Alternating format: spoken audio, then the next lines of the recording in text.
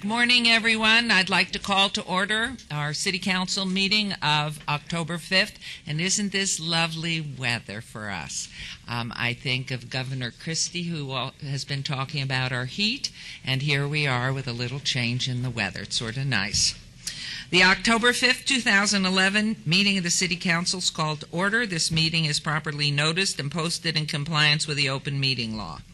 These proceedings are being video recorded as well as presented live on KCLV Cable Channel 2 and are closed captioned for our hearing impaired viewers. Please note some of the customers of Cox Communication who do not have a cable box can view this meeting on digital channel 89.5. The council meeting, as well as all other KCLV programming, can be viewed on the internet at www.kclv.tv. The proceedings will be rebroadcast on KCLV and the web the Wednesday of the meeting at 8 p.m., also on Friday at 4 a.m., Saturday at 7 p.m., Sunday at 7 a.m., and the following Monday at 4 p.m. This building is protected by state-of-the-art fire detection and suppression sprinkler system. If alarms should activate during today's meeting, please evacuate using the exits. Once outside, assemble on the Las Vegas Boulevard side of the property. Employees wearing safety vests of our city marshals will inform you when it's safe to re-enter the building. For public comment related to the items on the agenda, and I repeat that, on items on the agenda, citizen participation and public hearing items, we have available a speaker card which you can complete and submit to the city clerk who's seated here. Cards are available online in the city clerk's office or at the front of the chambers. If you do not submit a card, it does not prevent you from participating and speaking under the public comment, citizens participation, or specified public hearing items. Before we proceed with the agenda, would everyone please rise for the invocation given this morning by Reverend Bonnie Pauley, Christ Episcopal Church, and remain standing for the pledge, please. Good morning. Morning. Let us pray. Heavenly Father, who has filled this world with beauty, we thank you for your presence among us this morning. Open our eyes to behold your gracious hand in all your works. Be present with each of these council members seated here today. Guide their minds and hearts as they seek your will. Fill them with the love of truth and righteousness.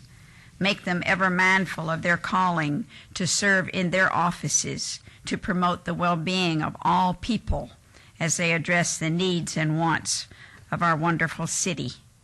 We ask this in your most holy name. Amen.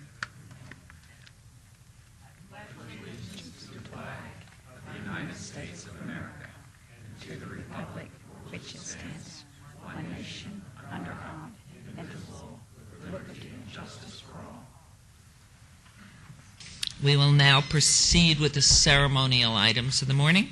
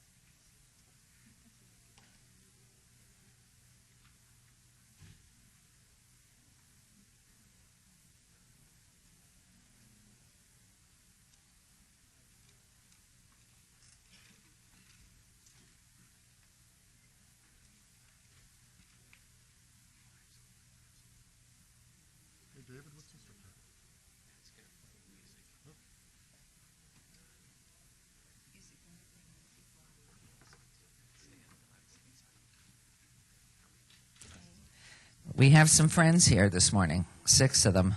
People I dated in college. Are they that old? Anyway, good morning, everyone. This morning, the ceremonial portion of the agenda, and our first item, it's my pleasure to recognize the National Arts and Humanities Month. The continued growth of the arts is one of the key ingredients to Las Vegas becoming the world-class city that we all envision. With the beautiful Smith Center for the Performing Arts ready to open its doors in March of 2012, it is already shaping up to be a huge year for the arts in Las Vegas. What you may not know is the city of Las Vegas has a permanent collection of more than 250 works of art and 26 site-specific murals and sculptures located throughout our city.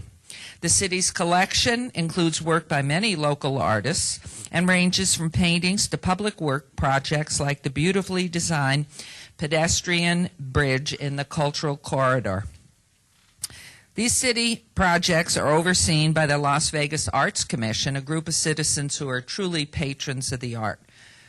The city also supports 3 art centers, 2 amphitheaters, 2 mobile stages, 3 art galleries, the Rainbow Company Youth Theater, and hundreds of classes, concerts, dances, and films and festivals.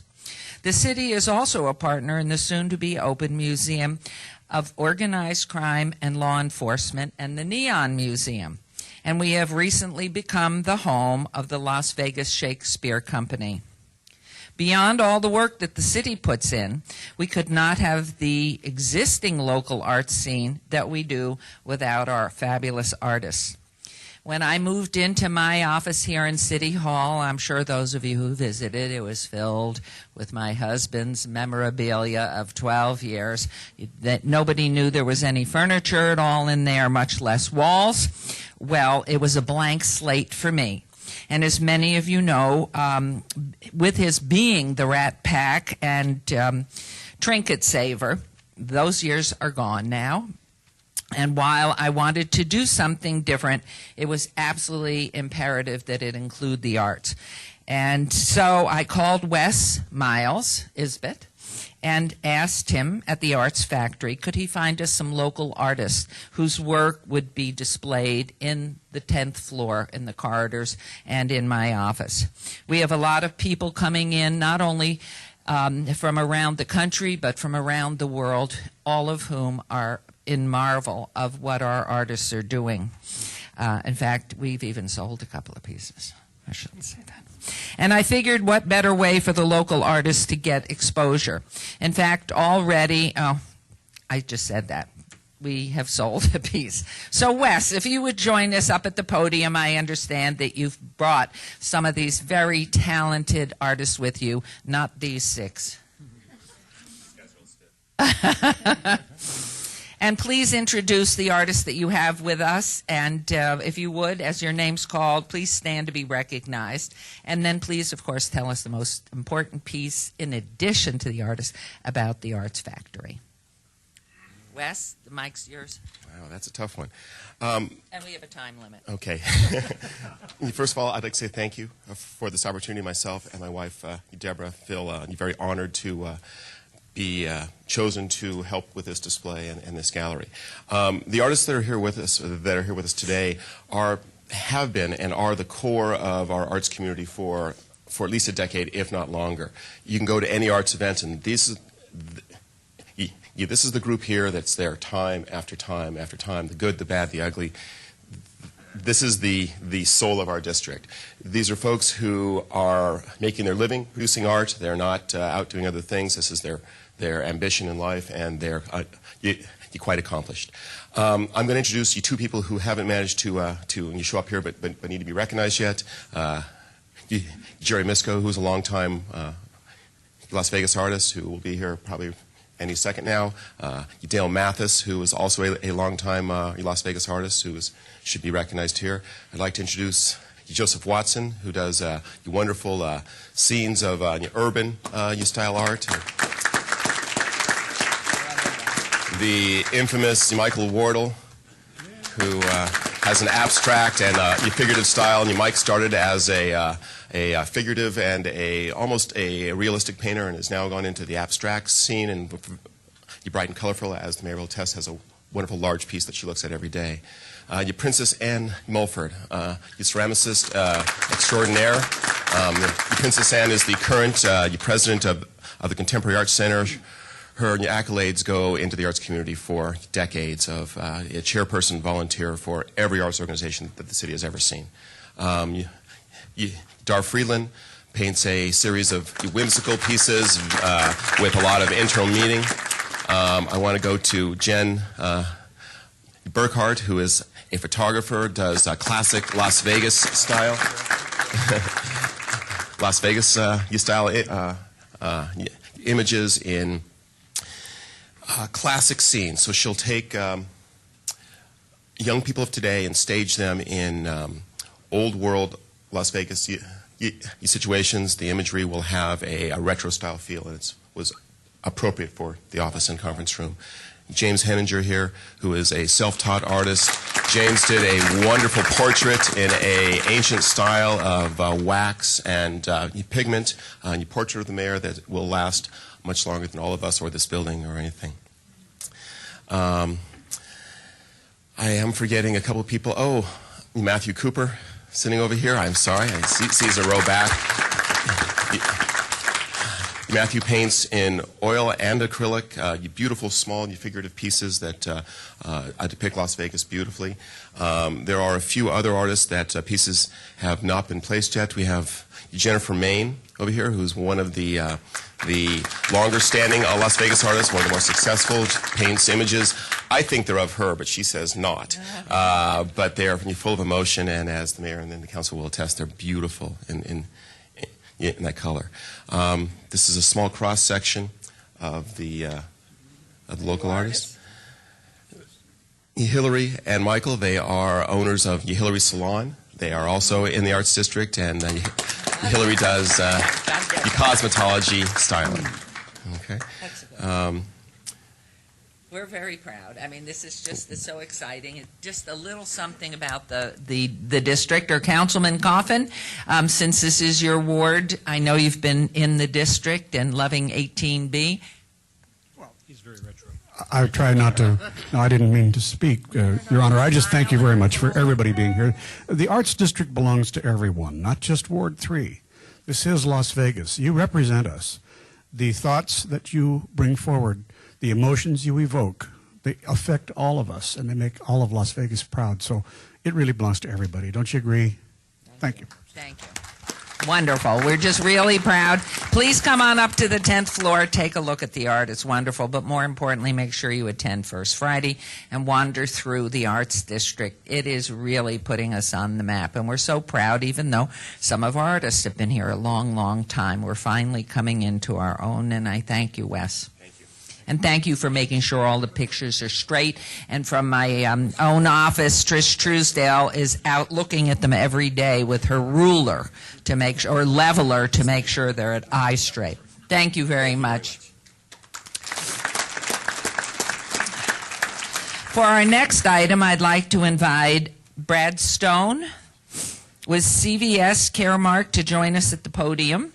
Brad is here to help us announce a partnership between the City of Las Vegas and the National League of Cities that is going to help our residents manage some costs in this very tough economy. Councilman Ross, who represents the City of Las Vegas with the National League of Cities, brought this free program to my attention. The National League of Cities prescription discount program is administered by CVS Caremark, and the card is accepted at more than 60,000 pharmacies nationwide, including pharmacy chains such as Walgreens, CVS, Walmart, and Rite Aid, and most local independent pharmacies as well. This free program allows residents to use a card to get discounts on prescription drugs, which, as we all know, can be expensive. Yesterday, I bought one pill. It was $148. And that's to keep me young. It's for my bones, for heaven's sakes. Card for Carolyn. Savings on each prescription vary, but the program saves an average at 23% off the pharmacy's regular retail prices for prescription drugs.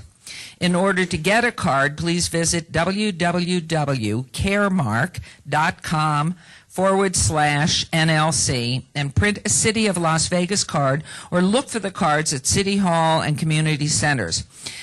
I don't know how there's anything more to say, but it says here that I would like to ask this wonderful man, Brad Stone, to share a little more information about this program and how it can help our local residents, and we do thank you.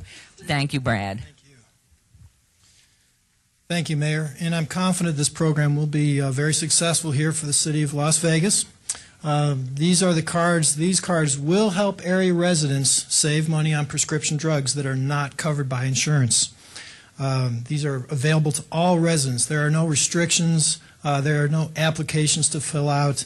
There's no income requirements or age restrictions of any kind, and it really is easy to use. The residents simply just have to stop in and pick up a card. It's available at several locations, community centers, here certainly at City Hall. And this is what the display stand looks like here. As I said, it really is that easy. Just pick up a card and the residents bring it to a pharmacy along with a prescription, of course, from their doctor and enjoy the savings. They can also download a card to the printer by going to the website the mayor just mentioned. They can click on a link and download a card right to their printer, and that would be a live card that they can also bring right into a pharmacy. There's no expiration on these cards. There's an 800 number on the back of the card, so if the member has any questions, they can contact Caremark, or if the pharmacist has any questions, they can do the same. But when people do use these cards, they will enjoy an average savings of approximately 25%.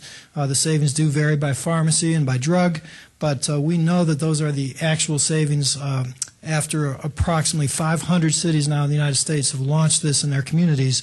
We track that savings information and we report back monthly so we know what the average savings are. And one other point, these can also be used for most pet medications as well. So most people don't have insurance coverage for their pets. If they have a veterinarian that writes a prescription, they can take advantage of the discount cards for those as well. And also, finally, as the mayor indicated, these cards will work at most pharmacies. Certainly when you think of the major chain stores such as Walgreens, CVS, Walmart, Kmart, Target, Rite Aid, 100% of those chain-type drugstores and grocery stores that have pharmacies will accept these cards, and by far the majority of independent pharmacies as well. It's over 9 out of 10 pharmacies in the United States that accept these cards. So really confident that it's going to be successful here. We're looking forward to working together. I know I can speak on behalf of the National League of Cities that we're looking forward to working together with the City of Las Vegas. And thank you, Mayor. Thank you so much. Thank you. Thank you so much, Mr. Stone. Appreciate it. Councilman Ross? Thank you, Mayor. Thank you, Brad. I have to say this for those of you that are here today and those watching at home. Please let your city government help you out with this, with your medical needs.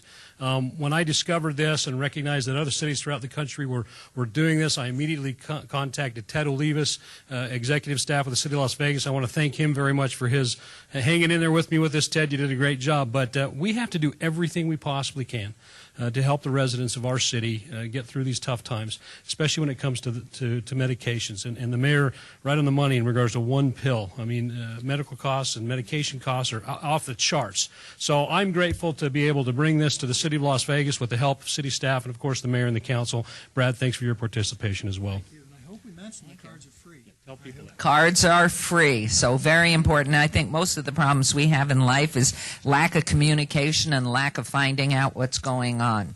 So this is just wonderful. For our final item this morning, before we get to these wonderful guests of ours, I would like to turn the microphone over to Councilwoman Tarkanian, who's going to recognize National Fire Prevention Week. Councilwoman. Good morning, everyone. Today I have several very important fire and safety items I'd like to acknowledge. First, I would like to recognize next week, October 9th through 15th, as National Fire Prevention Week. This special week has been observed in the United States since 1922. Wow, and we were talking about ages, Carolyn and Bob and myself, and that's older than we are.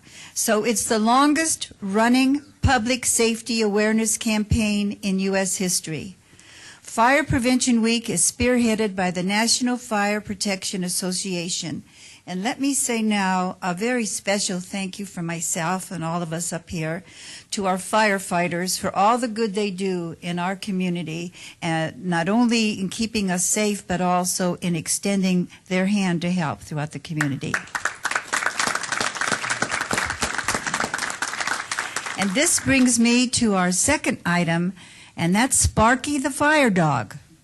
Since 1951, Sparky's over there waving to us. You want to come up, Sparky? Give him a vitamin. A prescription-free vitamin. I want to know the name of that pill. He looks old. He There does we look go. old. Oh my gosh, Sparky. You look old. Blinks. Yes. I think, Sparky, you came into being about when I graduated from high school. Nice to meet you. Very nice to meet you. But anyway, Sparky has been the mascot. Oh, he's good. Sparky has been the mascot of the National Fire Protection Association's Fire Prevention Week and other fire safety campaigns nationwide. He is the most well-known fire prevention symbol used by the fire service, and he's recognized by children and adults all across the country. And this year is a special year for Sparky. He turned 60. So, yay, Sparky. Please join me now in welcoming Chief Mike Myers to join our very special guest, Sparky.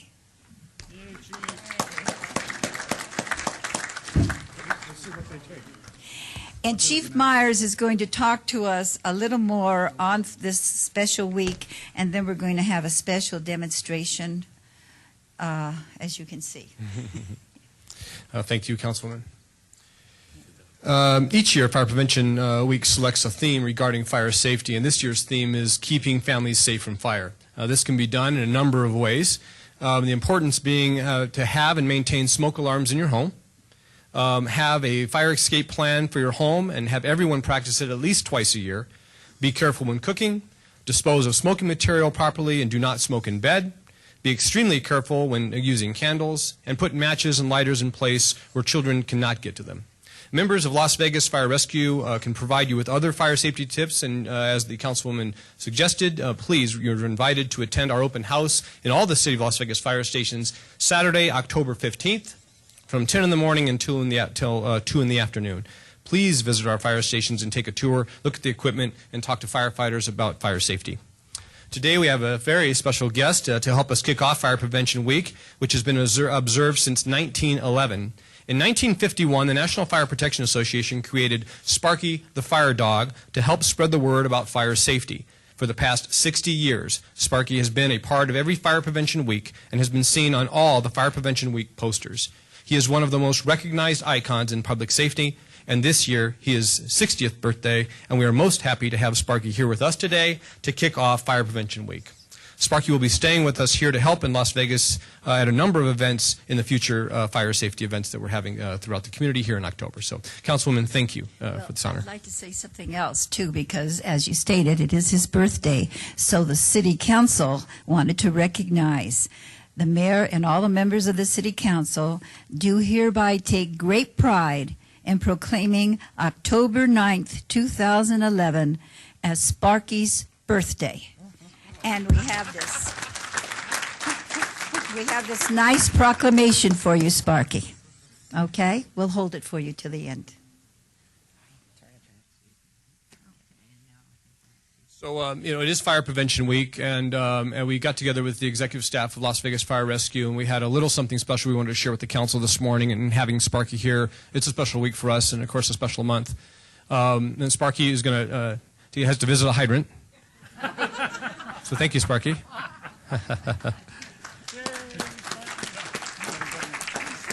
So if I can have the Las Vegas firefighters that are here with us today come up and help assist. We're going to move some tables into the proper location. Dr. David Slattery is here. Dr. David Slattery is a new promoted deputy fire chief with Las Vegas Fire Rescue. He is our medical director. And Dr. Slattery, I'm going to have you say a few words about what we're going to do today, and we're going to actually use the council to help us participate. Thank you, Chief Myers. Good morning. Mayor, Mayor Goodman, and esteemed council. I want to, first of all, thank you for the opportunity for us to come and share and do a very brief, and I emphasize brief, demonstration of CPR. And Mayor, you're interested especially in how to use an AED. So we're going to go through that in about 5 minutes. And I want to thank all of the members from the City of Las Vegas Fire Department. Engine 203 is here, Captain Matt Gordon, Engineer Derek Jones, Firefighter Paramedic James Johnson, and Firefighter Chris Zafaris. And our EMS Education Coordinator is Derek Cox, our paramedic teacher here. So what we're going to do is, if all the councilmen can all find a mannequin, and Mayor, yours is right here in the middle, we're going to demonstrate CPR. And as everyone is getting settled, I just want to talk a little bit about, you've heard us before talk about that CPR and cardiac arrest resuscitation is all about a community. It takes a community to improve survival from cardiac arrest. And two things are really important in terms of hinges in terms of our survival from cardiac arrest. One is bystander CPR, doing CPR before the paramedics get there, as well as applying the AED before the paramedics get there, is very important.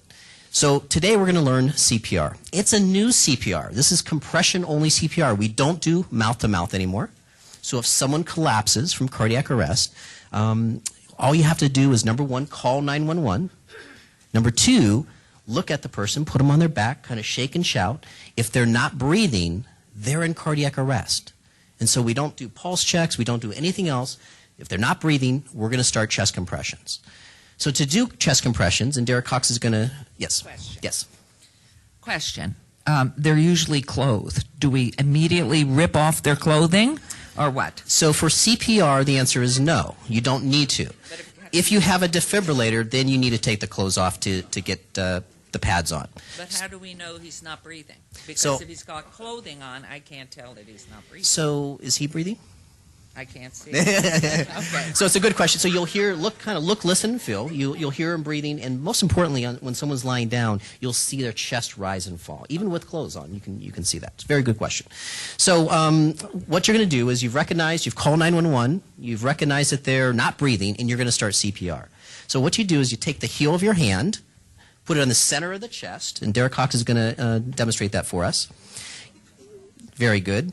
Then you're going to take your other hand and interlock your fingers. Now, this is kind of hard on these tables, but you've got to extend your elbows and lock your elbows as much as possible. I know these tables are kind of hard.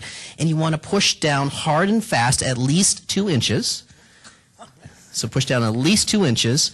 And we want to do it fast, about a rate of about 100. Is he breathing? So he's almost there, Mayor. He's almost there. So you'll hear some clicking. So Make light of this. It's really serious, but I give any of you a chance. This is like moving a rock.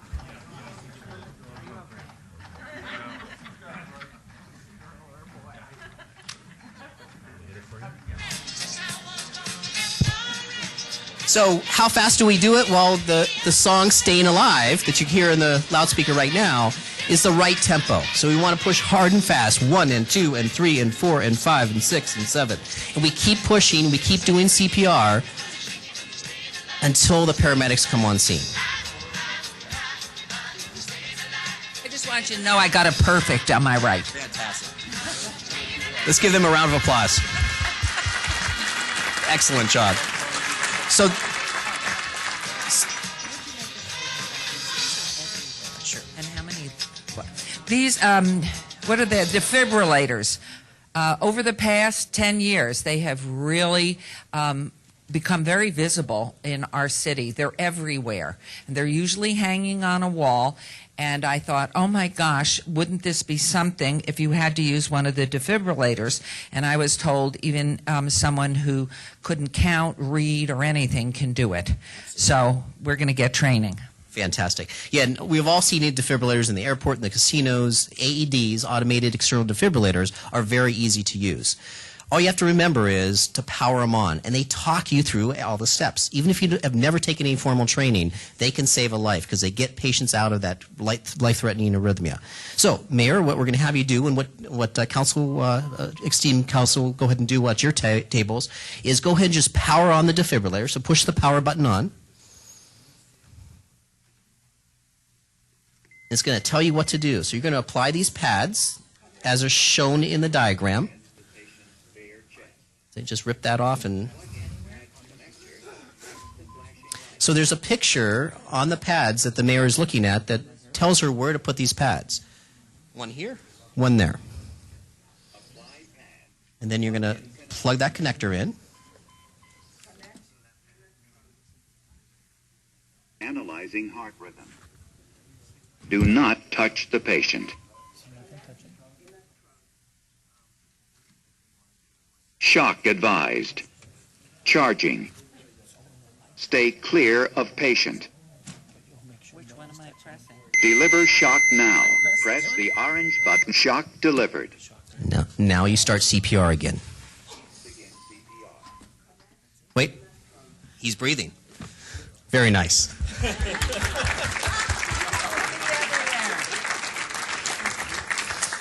So I want to thank everyone for watching this brief demonstration. Just want to let you know our firefighters are going to be outside until 10 a.m. and they'll be happy to teach you compression-only CPR as well as how to use a defibrillator if you're interested in doing that. And thank you for the opportunity. And yes, Where these are visibly out there at the airport, everywhere else, in public places, are they looking more like what's inside, or are they in a case? so they're usually in a case, and all of them are a little bit different. Yep, they all have the same thing. That once you take them out of the case, push the power button, they talk you through all the steps. All right. All right. Thank you very much. Thank you so much. And we're so thrilled. We're part of your team. Thank you.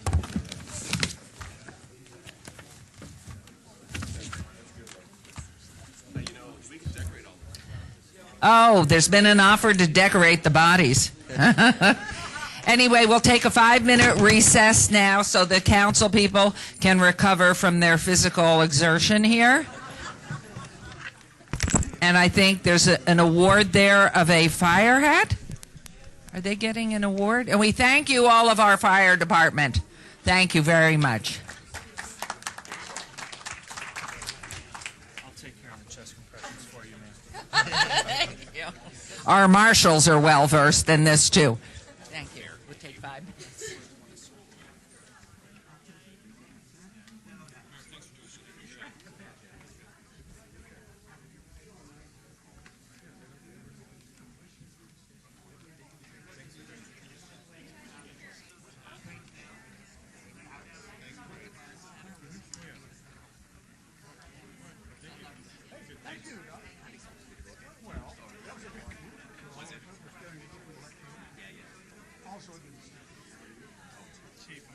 You didn't give me a hat. Yeah.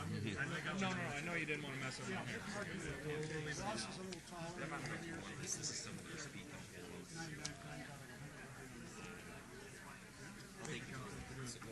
that for my father in 1968. Mouth to mouth. It didn't work. It was dead.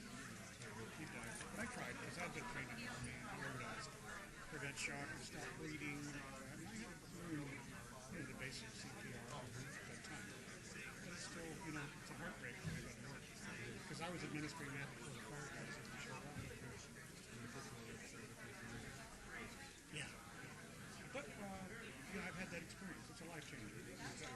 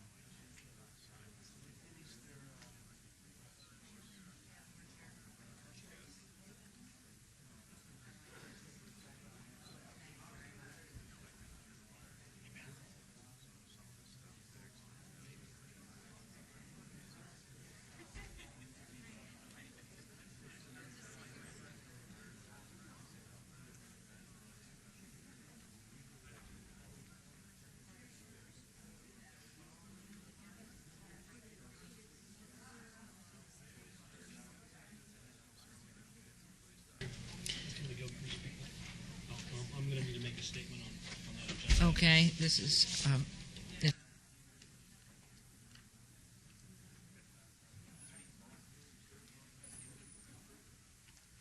We don't need these then, right? No, but they handed them out to us. okay.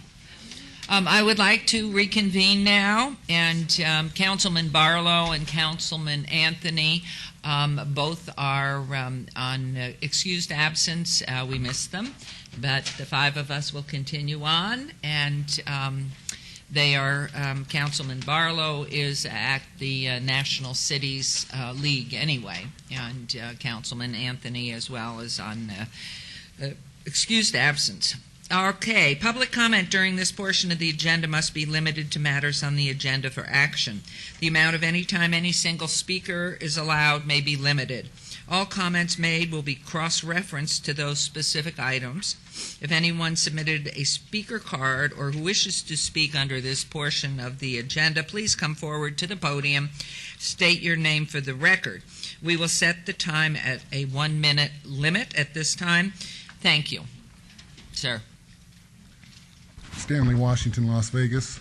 Mayor and Council, want to give you a brief update on where we're at on the Opening Doors campaign. At 7:38 last night, I received a text email from Councilwoman Vermillion of Henderson indicating that Henderson had passed the resolution there. Cheers and kudos to Councilwoman Vermillion. Secondly, the Opening Doors workshop that you've heard me say that is needed and that we were going to be putting forth. The dates have been set for that. We're talking November 6th and 7th. That's a Sunday, Monday, the Sunday night being a reception from 5 to 8 at Cashman, the workshop being from 9 to 1 the following day, 4-hour workshop there to go ahead and make sure that everyone's on the same page. Now that we've pretty much got all the major cities involved, I still haven't got to Mesquite and Boulder yet, but we will get to them. But the major players are on board, and what we are doing, Councilwoman Tarkanian, we're asking the proposers of the various resolutions to be the co-chair of the workshop. I just came from over at the county, given the same update. Chris G. has happily agreed to go ahead and be a co-chair. Obviously, you were a proposer. We'd look for you to be a co-chair. We're looking for Councilwoman Vermillion to be a co-chair, and Councilwoman Anita Wood from North Las Vegas to be a co-chair. Those are the proposers of the resolution, so we'll basically be set there. We also have former Congresswoman Dina Titus, who wants to be heavily involved, and she'll be part of the workshop as well. So I will be getting the information out to everyone, but I just wanted to let you know the dates were just been set a couple of days ago. It will be at Cashman Events Center. We will be collaborating with our California constituents on this. As you know, Opening Doors is a national campaign. Nevada and California are tied to the hip, so we wanted to go ahead and roll it on out. So the California will be joining us as well on this particular initiative. Thank you, Mr. Washington. Thank you very Great much. work for the community. We appreciate it. Anyone else, please? Mayor, I know you said a few lies today. Name's Anthony Hart, 1, 2, 3 today. Thank you. Good morning. The CPR, being a union electrician, we had to do it every year. We had to, because people get shot, whatever. So electrician has been doing it since back in the 80s when they first really made it go national. So it was kind of like a reminder today. That's what I want to say. And I want to say that the council. I know you got 2 members missing, and I'm sure they're all right, as you said.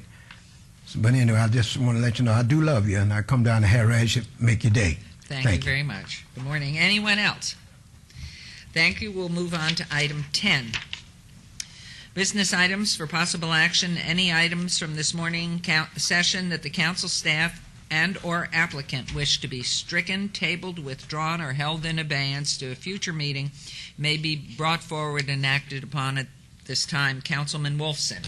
Mayor Goodman, thank you. Item number 23, settlement agreement between the City of Las Vegas and developers Surety and Indemnity Company of California for the Day Dawn Crossing 2 at Grand Teton Drive and Durango Drive. There's a request to obey this to the October 19th, 2011 meeting. Said request by staff. Secondly, item number 58, bill number 2011-32 is a request to be tabled at the request of Councilman Ross, and I do believe Councilman Ross has a few remarks to make. I do. Councilman, Mayor, with your permission. I see folks here Mrs. Mortensen, Mrs. Dondero, I am in receipt of these documents you have handed to all of the council members. I will provide this to the city clerk to put on the record on this agenda item. I have requested this item be tabled until the city can ascertain exactly who has the authority to request this annexation.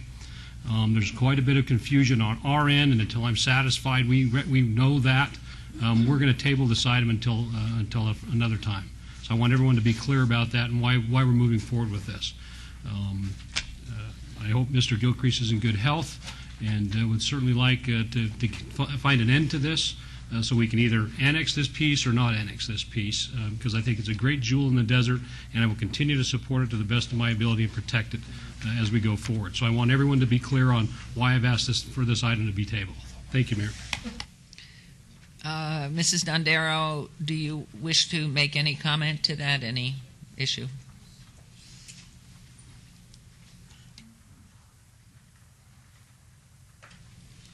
One of our greatest citizens, given more service to our community than you can imagine. And I just wanted Good to morning. tell you, I am an artist. Oh. But anyway, I didn't. I'm sorry you have to say. I state my name, Thalia Dondero, and I'm on the Gilcrease board. But I thought we gave to you the Mr. Gilcrease's signature and my own on that, requesting that we become, the city of Las Vegas. And I didn't understand what your reasonings were for withholding it. With the mayor's permission, through the mayor, Mrs. Dondero, you know how I feel about the sanctuary and all the great work you've done in this community, and I will always continue to support you in that.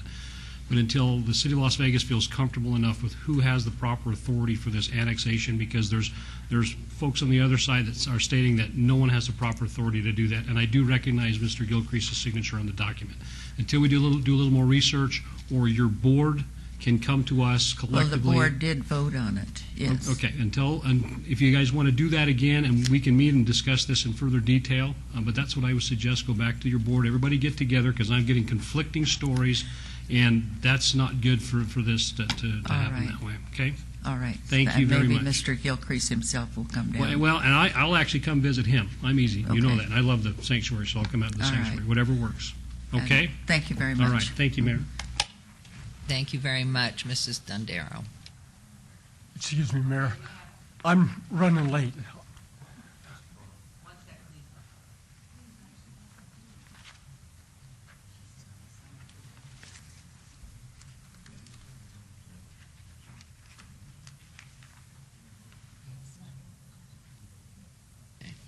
If you'll just give me one moment, we have a motion on the floor here. I would like you to vote on the motion and be happy to hear you. Okay. Please vote. Can I just hear the motion again, please? Okay, hold on one second, I don't know please. what motion we're talking. Are we closing the public comment? Is that what we're doing? No, this, if I may. It's the motion on the Gilchrist? This is a motion on item number 23 to obey it. That was a request by staff. And a motion on item number 58 to table this item at the request of Councilman Ross. Okay. I just want to say I know Councilor Ross must know the reason why, but we're saying that we have the owner's signature, we have the board's. What is the question involved? I just don't understand. What is the, if we have, Mrs. Dondero, you did say that you had the owner, and is anybody else's signature needed? That's what I really needed to know. Is anybody else's signature needed besides the board's approval? If I may, Mayor. Please. Councilwoman, we cannot ascertain who has the proper authority to make this decision for the Gilcrease Sanctuary, and until I feel comfortable with that, I'm not moving forward with this item. So until the board can collectively come to me with proper authority from Mr. Gilcrease and his attorney, I'm not moving forward with this item. So you need to have his attorney there, plus you need to have the board in its entirety. You want to meet the board in its entirety. No, Councilwoman, I just want to make sure we have the proper authority asking for an annexation. That's what I want. It's simple and clear. I do not feel comfortable with two sides infighting in regards to this board. And until I do feel comfortable with that. There's a difference then, excuse me, what you're saying is that infighting on the didn't either. I would gather from what I'm hearing and not knowing the particulars either, it sounds like there has been some comment made or several comments made to Councilman Ross, which are causing this, and rather than air that in a public venue until this is being tabled, it's not being denied. So my sense would be until those issues are resolved, whatever they are, it can certainly come back on at our next council meeting if we can move for the issues. If you will talk to Councilman Ross, find out what they are, so you have the details and know how to go forward. So the motion right now is just to approve those proposed by Councilman Wolfson. On this agenda, one was to obey number 23, item 23, and then to table number 58. It's no denial, if that's all right. So if you will vote on this, and then we will hear from you, sir. Just one moment, please. So there's a motion. If you... I'm sorry, Mayor, I just want to make clarification. I think that, Councilman Ross, if we table an item, that basically removes it from the agenda, and it would have to be re-agendized. There would have to be a sponsor to bring it back. Is that right? So it couldn't be on our next meeting is what I'm clarifying. Okay, so my motion is fairly clear. Well, let me clarify that. The attorney down here, if it's tabled, it can be brought back at the next meeting. But if it isn't brought back at the next meeting, it dies because it's been published. Okay, that's the difference. And I'm sorry. the final date at which it could be adopted is October 19th. And if I can make comment to that, Mayor, with your permission. Please. That was Val Steed, the attorney, who's been dealing with this with me for quite some time. Should this die and the board collectively come together and can demonstrate to me that Mr. Gilcrease, the attorney, whoever his representative is satisfied with the annexation, we will move forward with this and just make reapplication, and I will push it through as quickly as possible. You don't even need to have him here. I mean, I'll come and visit him, Mrs. Dondero. So I recognize that. I recognize that. But I'm hearing a lot of things are going on that aren't part of this council. And until I feel comfortable for the benefit of the city of Las Vegas with this, I'm a little hesitant to move forward with it. So this doesn't deny it. This doesn't kill it. It just holds it up until all the parties can get together and figure things out. Okay? Thank you. Excuse me, Mr. Steed, can you tell us by when the decision has to be made so it can go on the next council meeting? What is the timeline that this next meeting has to happen in order to get it on the next council meeting so it doesn't die? I think the agenda for the next meeting closes about Monday. Does that sound right? So this coming Monday? This coming Monday. So the decision would have to be by then. That's a short period of time.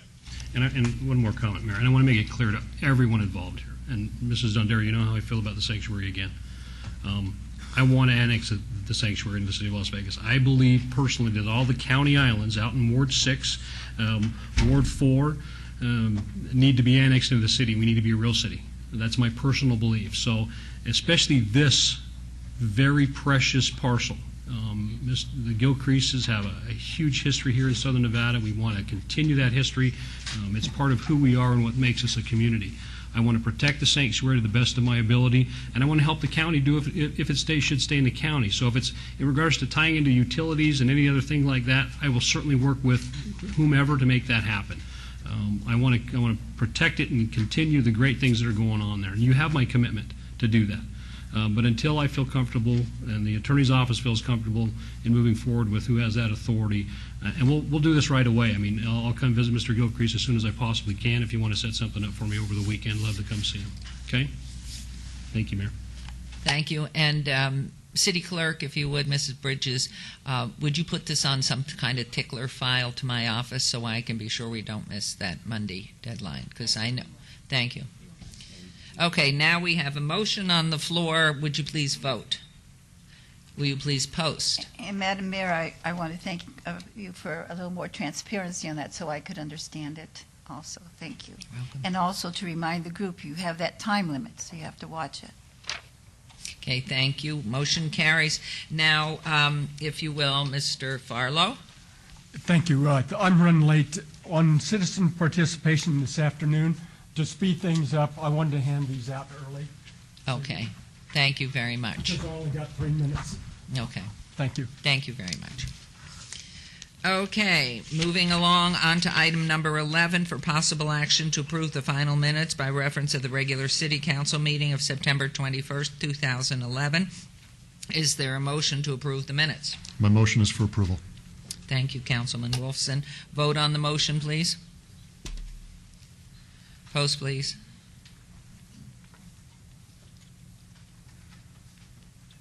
Motion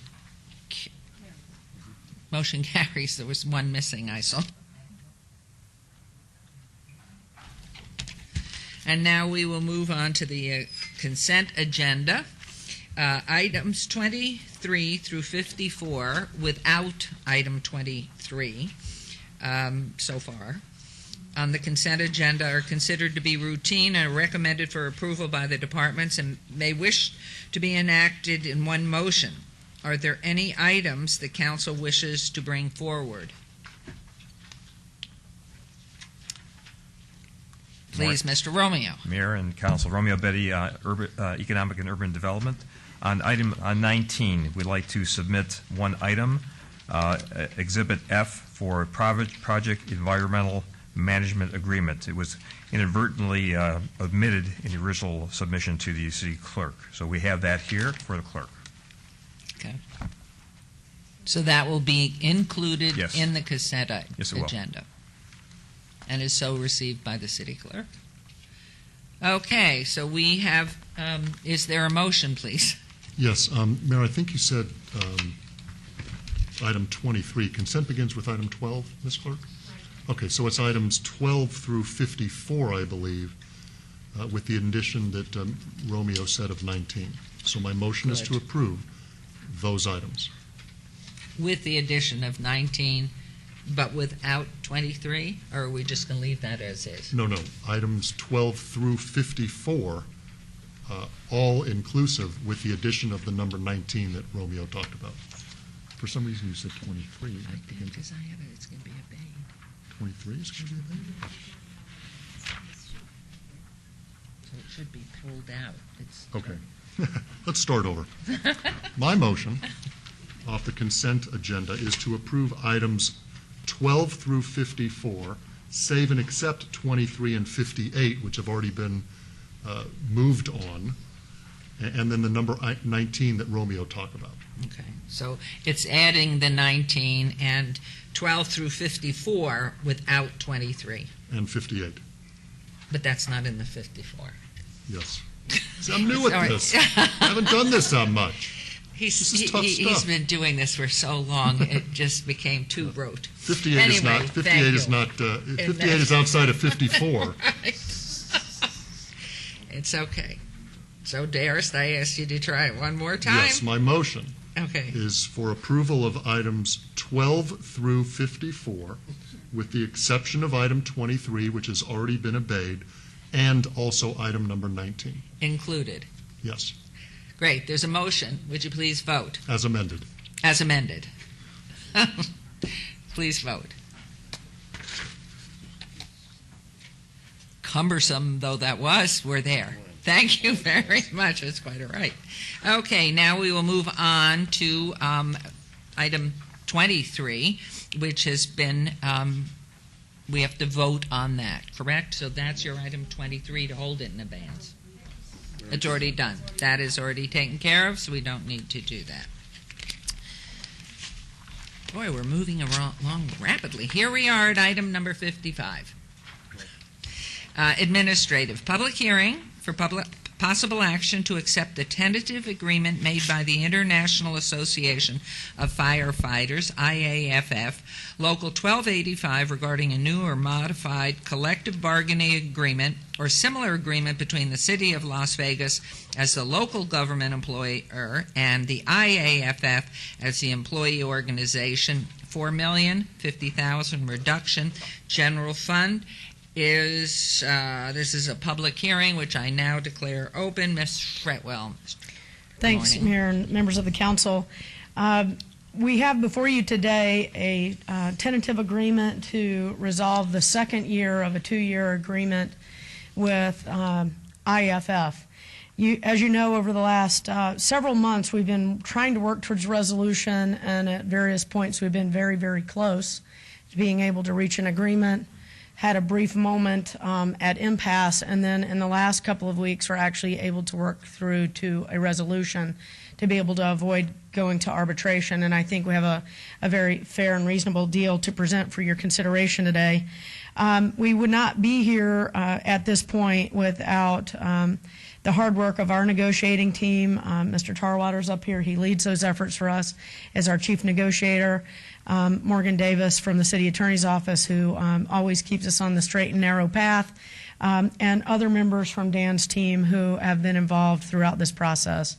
So I'd like to thank them, and I think it's really important to recognize the leadership of Dean Fletcher, who is the president of our union here at the City of Las Vegas.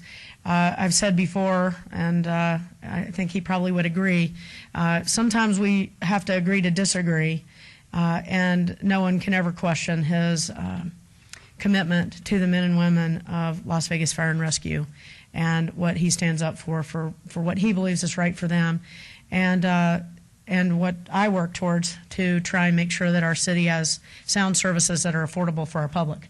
And sometimes we don't agree along the way in marrying those two goals up.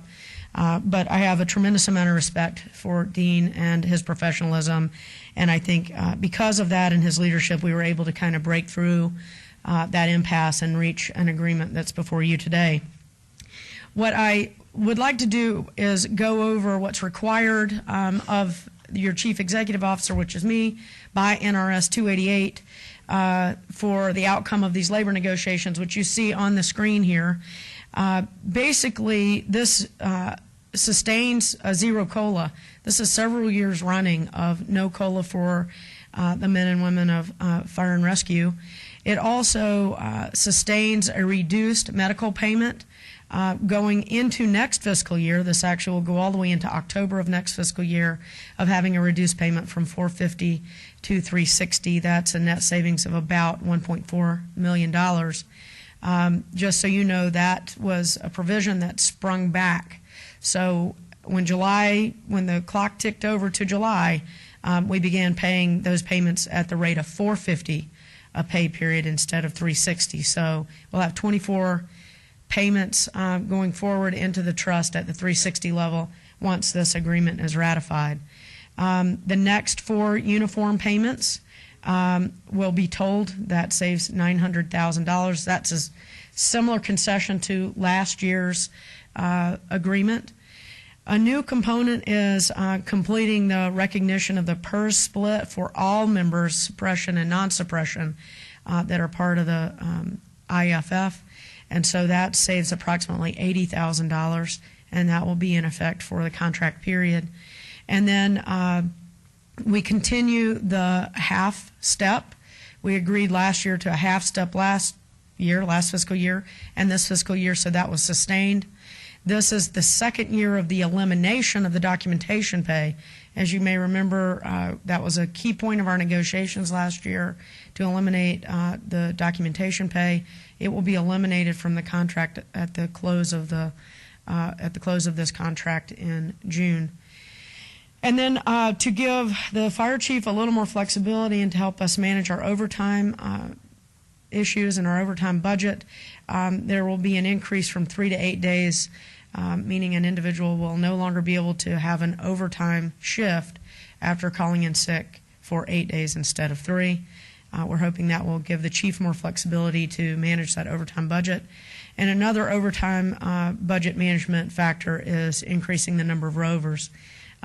So we feel really good about this agreement, and we worked very hard to get to it.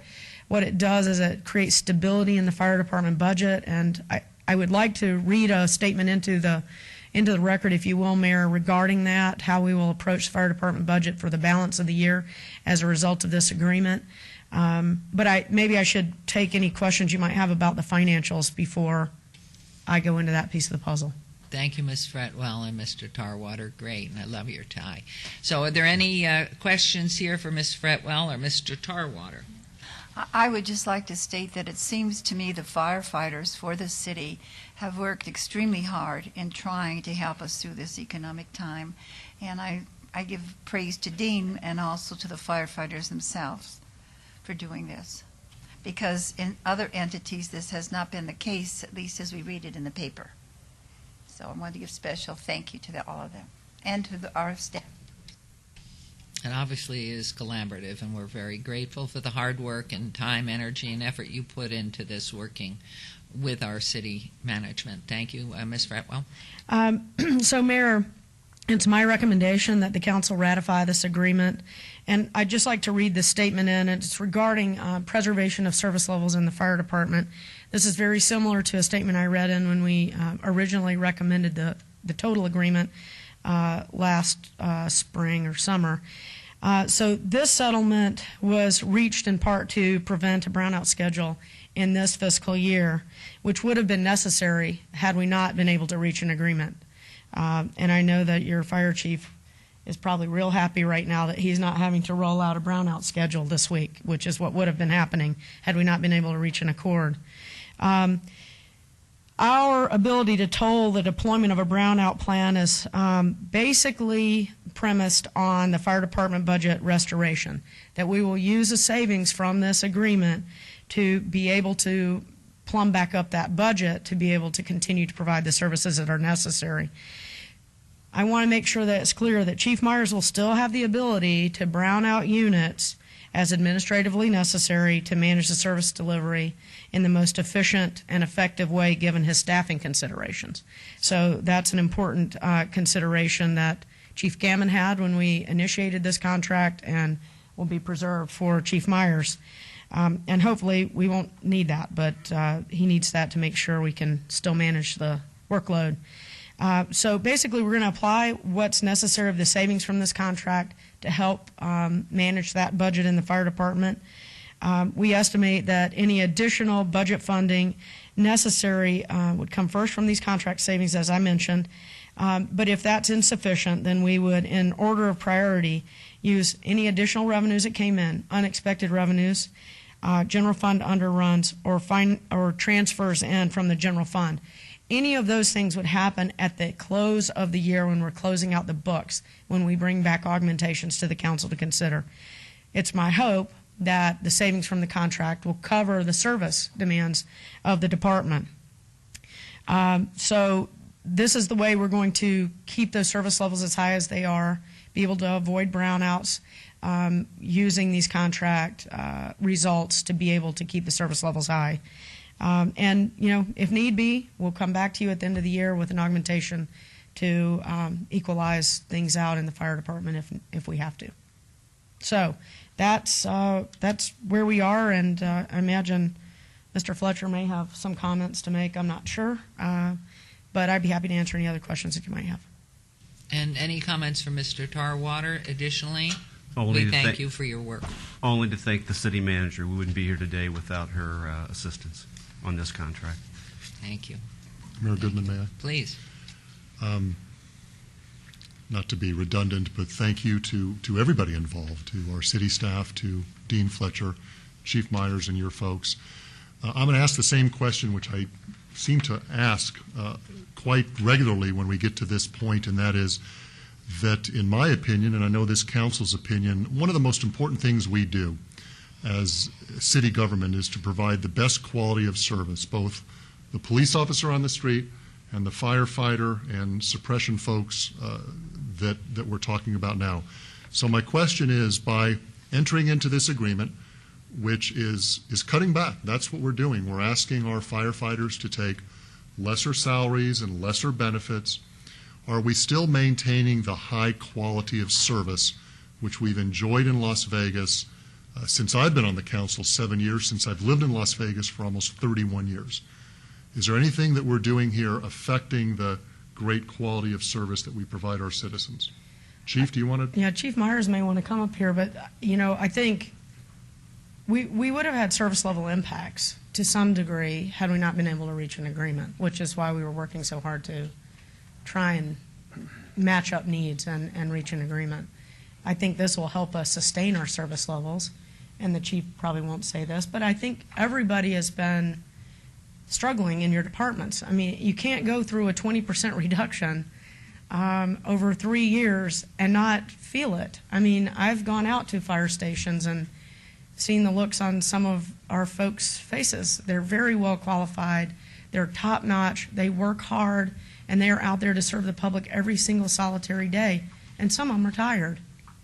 And what I'm hoping is that this will help us be able to make our financial situation in managing the fire and rescue department more stable, so that maybe we can add some new firefighters that can then diminish the amount of workload that the ones that we have right now are having to cover, and do it in a smarter fashion, a way that's a little more economical for the times we're in. So I don't know, Chief, if you have anything to add, but I don't think it's just here that we're feeling it. It's across the board. And but this may give a little bit of relief in the fire department budget for the next 9 months.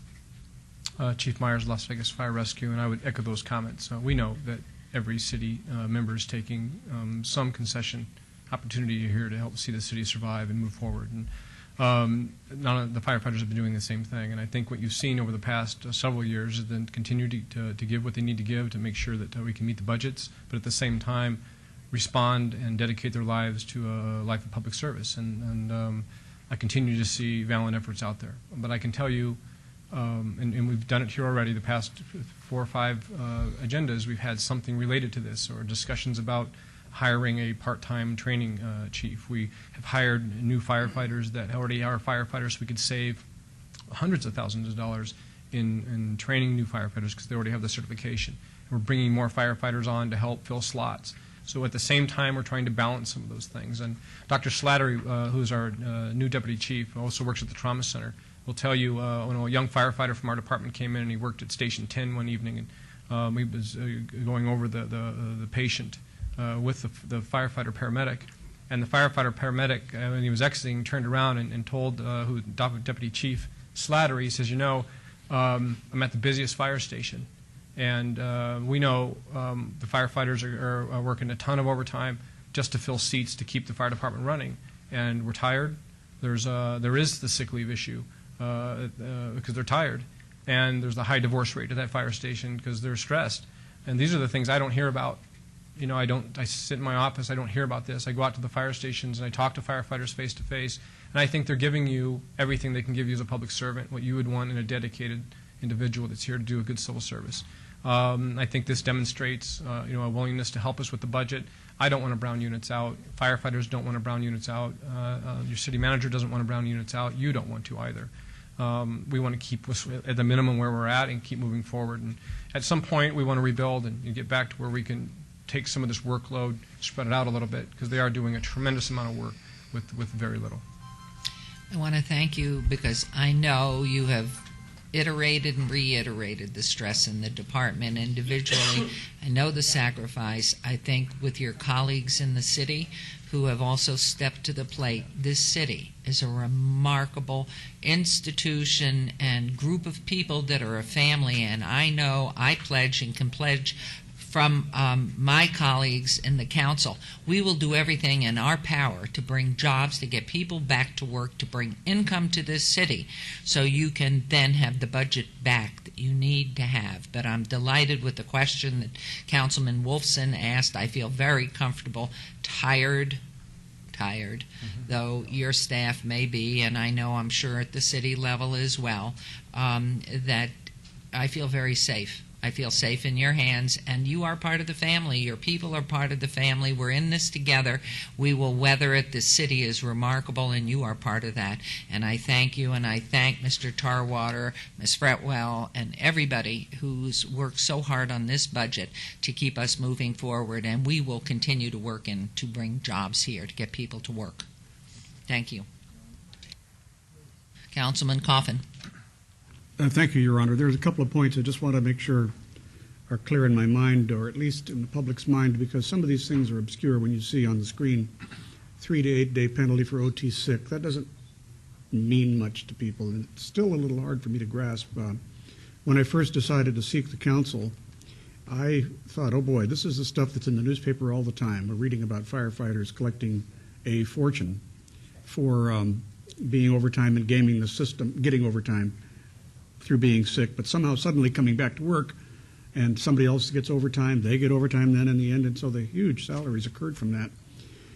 Then when I looked into it deeply, getting into the campaign, I realized our city firefighters did not have that same problem. Our contracts had already been written so that you could not have those abuses that we were seeing at the county firefighters. But all firefighters were being painted with the same brush. This has been a tough thing for all firefighters to face, I think, in public. Now the question is, even though the net effect is only $520,000 on this next year, what is the difference between 3 to 8 day penalty? What does that mean exactly? Ken, that is an excellent question. So we looked, I probably have at the beginning of the year 12, 13, 14 different ideas, brainstorming ideas that we could come up with trying to save money anywhere we could. And we tried to be as innovative and as creative and as creative as we could in thinking up these ideas. I can tell you from an administrator standpoint, and I'm sure you see this from your line of business, I am not the firefighter. I'm not there every day. I don't work that shift. I don't feel what they feel. I am 15 years separated from the floor as an executive. For me to understand what will it take for ideas to impact the budget where I can possibly help, I've got to go to the individual that's actually doing the work and ask them, what ideas do you have? Where are areas where you think we can save money? I can tell you when I sat down with mid-level managers, which are battalion chief level individuals, other individuals that are company officer in rank, and we talked about in very deep conversations about what we could do, this was an idea that came to the table. I'm not convinced it'll work. I don't know. We're going to try. We'll see. Basically what it is right now if an individual works a sick day, they have then basically what is termed a penalty. They can't take overtime within 3 days of that sick day. This would make it, if they have a sick day, they wouldn't take overtime within 8 days of that sick day. So the shift is very confusing. The fire department shift, it is a 24-hour shift. There are 4 platoons. They work 3 days on, and then they have this 4 days straight off time. But often they're filling in those slots. So I think this is going to work. The way I discussed it with the negotiating team was I've had counsel with individuals that are closer to the situation than I am, that review overtime and sick leave use on a regular basis. I would agree with you, Councilman, that we actually did a very good look at our sick leave with an interest to find out, did we have any abuse or not. I was very, very satisfied, very happy, very proud of the way the Las Vegas firefighters are handling and managing their sick leave and their overtime. So will this work in the long run? I don't know. I'm hoping. I don't have any science to back it up, but it is an idea that we brought back to the table and asked them to consider, and it did make it to the list. Okay, I think I'm beginning to understand the net effect of it. Actually, it's a very small number in terms of the total budget because there was no abuse in advance. So going from 3 to 8 days saves a little money, but it probably, in the total scheme of things, it's a good thing. I understand. I would like to tell you, Mayor, if I may, just so the council knows, and I think Betsy's heard me say this before, I go out every Friday and I visit as many fire stations as I can visit. And this is the message that we send. If a firefighter is sick, we want them to stay home. Well, we don't want them coming to work if they're ill. We don't want them getting their patients ill. We don't want them to getting their friends around them, the other firefighters ill. We don't want that. We want them to stay home if they're ill. If they have a parent or a child or a spouse that they need to stay home and take care of because they're sick, they stay home and take care of them. We understand that. That's what sick leave is about. When they are evaluating a day, when they feel like, well, can I go to work or not go to work? If you can come to work, come to work.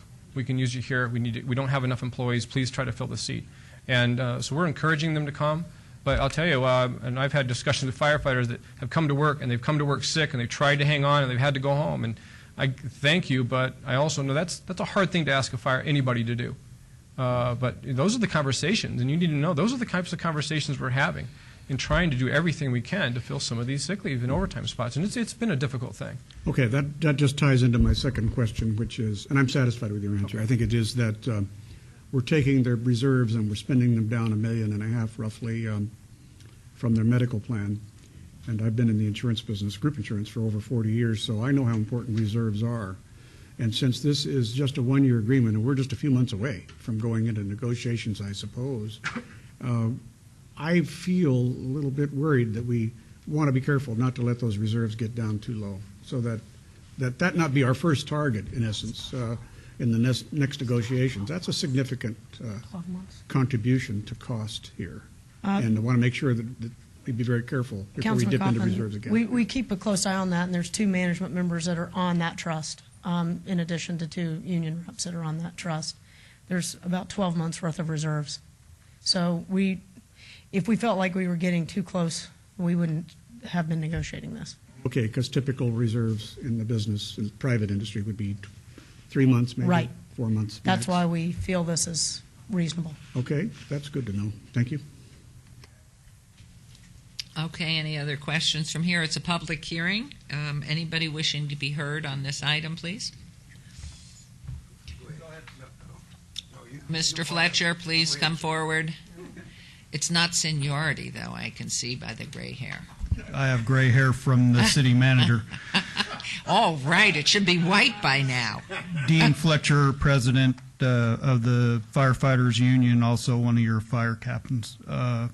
I just wanted to clarify one point from the city manager. Documentation pay was gone this June. It's this past June. It's out. So really your savings this year from that being gone is going to be over $1 million. Your firefighters have already ran 4,200 more calls this year than last year so far. So it's busy. With the economy, we're getting busier. We're having more fires. We're having more people needing medical care. Generated from the work is $5.9 million in EMS transports, built into a $104 million budget that a few short years ago was $117 million.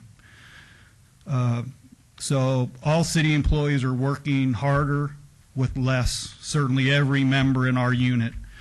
It's just not the firefighters out doing that. It's the dispatchers. It's our fire prevention people. It's the shop. Our fire guys in the shop are working very hard also. So we're shorter, we have less people, and it's clear we're doing more work. So we are still one of a handful of departments that is ISO Class 1 rated, which saves the citizens money on their insurance, and also we're one of the few that's accredited. So we're just a handful of those departments. But we're teetering on the edge, and I'll talk to you on some of those issues later on after we get through this contract. And like Councilman Coffin said, in February we're going to be back in the seat again for a new contract. And just to kind of clarify it, this is the second year of a 2-year contract that had the reopeners for wages, medical, and our uniform allowance. So this is a 3rd year City of Las Vegas firefighter bargaining unit members have gone without a cost of living raise. So thank you.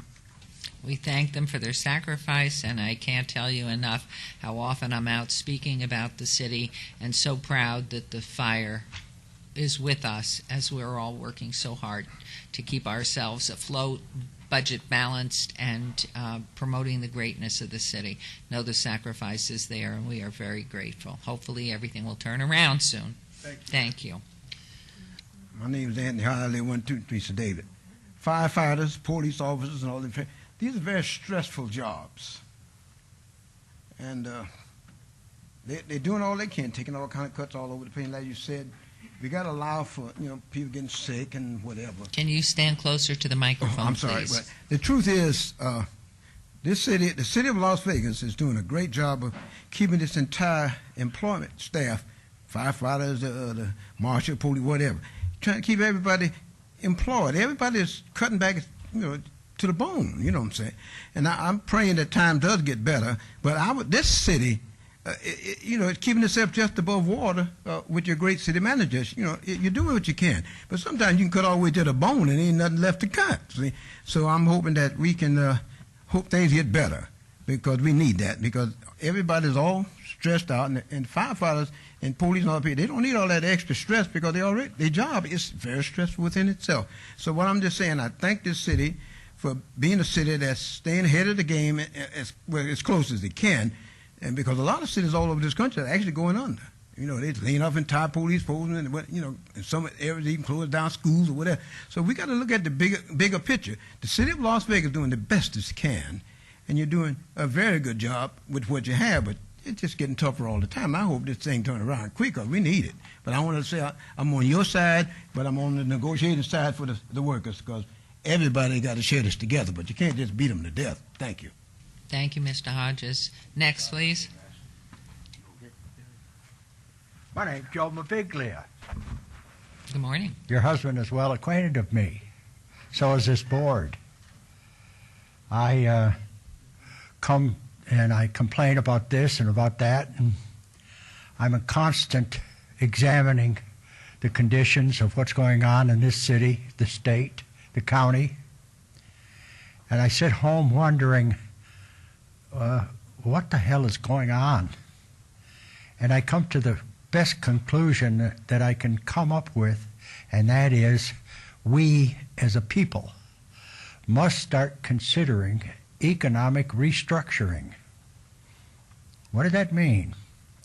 That means lower income across the board with goods and services. Now, we have been subject to abuse throughout the state with individuals that have taken advantage of our condition and abused it and put us in the economic downfall that we're in. And we are constantly considering what to do about it. How can we fix it? You ain't going to fix it. The reason you ain't going to fix it is because it's going beyond the close. We are in economic straits of economic downturn that is just awesome. And you look around and you say, what's going on? What can we do about it? Well, there ain't a damn thing you can do about it, simply because you ain't got your head on straight. And when I say that, I say it with feeling. I say it with not intent to hurt anybody's feelings. But if you examine, and truly examine, what's been going on in this country, in this state, in this city, you're going to see that we are heading for Armageddon. We're heading for a disaster that is so bad, we'll never recover. We'll never recover. Okay? Now, what I would like you to do, unfortunately, because we are on a timeline here, I would love you to make an appointment to come up and give me suggestions in the mayor's office. I can't wait. Okay. Trust me. Okay. I look forward to having you come. I'll set up an appointment. Please do. And call Cheryl in the mayor's office and come with a list of your suggestions. One last, excuse me for interrupting, but one last thing. We are forming a coalition of contractors, of VIP people in the industry to start refurbishing homes for low-income people, refurbishing mobile homes for low-income people, so that we can economically rebuild this country. And it's not federal giveaway, it's getting people off the dole and letting them work for their own feeling. Okay? Could you do me one favor, please? Spell your last name. Spell it for me, please. It's Maviglia. That's M as in Mary, A, V as in Victor, I-G-L-I-A. Thank you, sir. I'll expect to see you. Now, I stayed away for quite a while simply because I didn't want to come in here and vent my spleen and hurt people's feelings. So I'll make an appointment with you, and I'll bring my books. Thank you very much. I look forward to seeing you. Your Honor. Anyone else, please? Thank you. Todd Farlow, 240 North 19th Street. I would like to thank both parties on this to come to agreement. But on the other hand, I also agree with the union rep here. As the neighborhoods crash in these economic times, it puts more demand on the services. And I see a brick wall coming, and I don't know what you're going to do next year. But I mean, we got to start talking this out now or get this something going. Thank you. Thank you, sir. Okay, is there anyone else wishing to be heard? If not, I would entertain a motion, please. Betsy, is this an action item? Yes. It's a ratification. Okay. At this point, I would move to ratify. Is that the appropriate language? Ratify the proposed agreement between the parties. There's a motion. City Clerk is for on this, okay? Yeah. Yes. There's a motion. Would you please vote? Please post. Motion carries. And again, thank you. Thank you all. Thanks, Dean.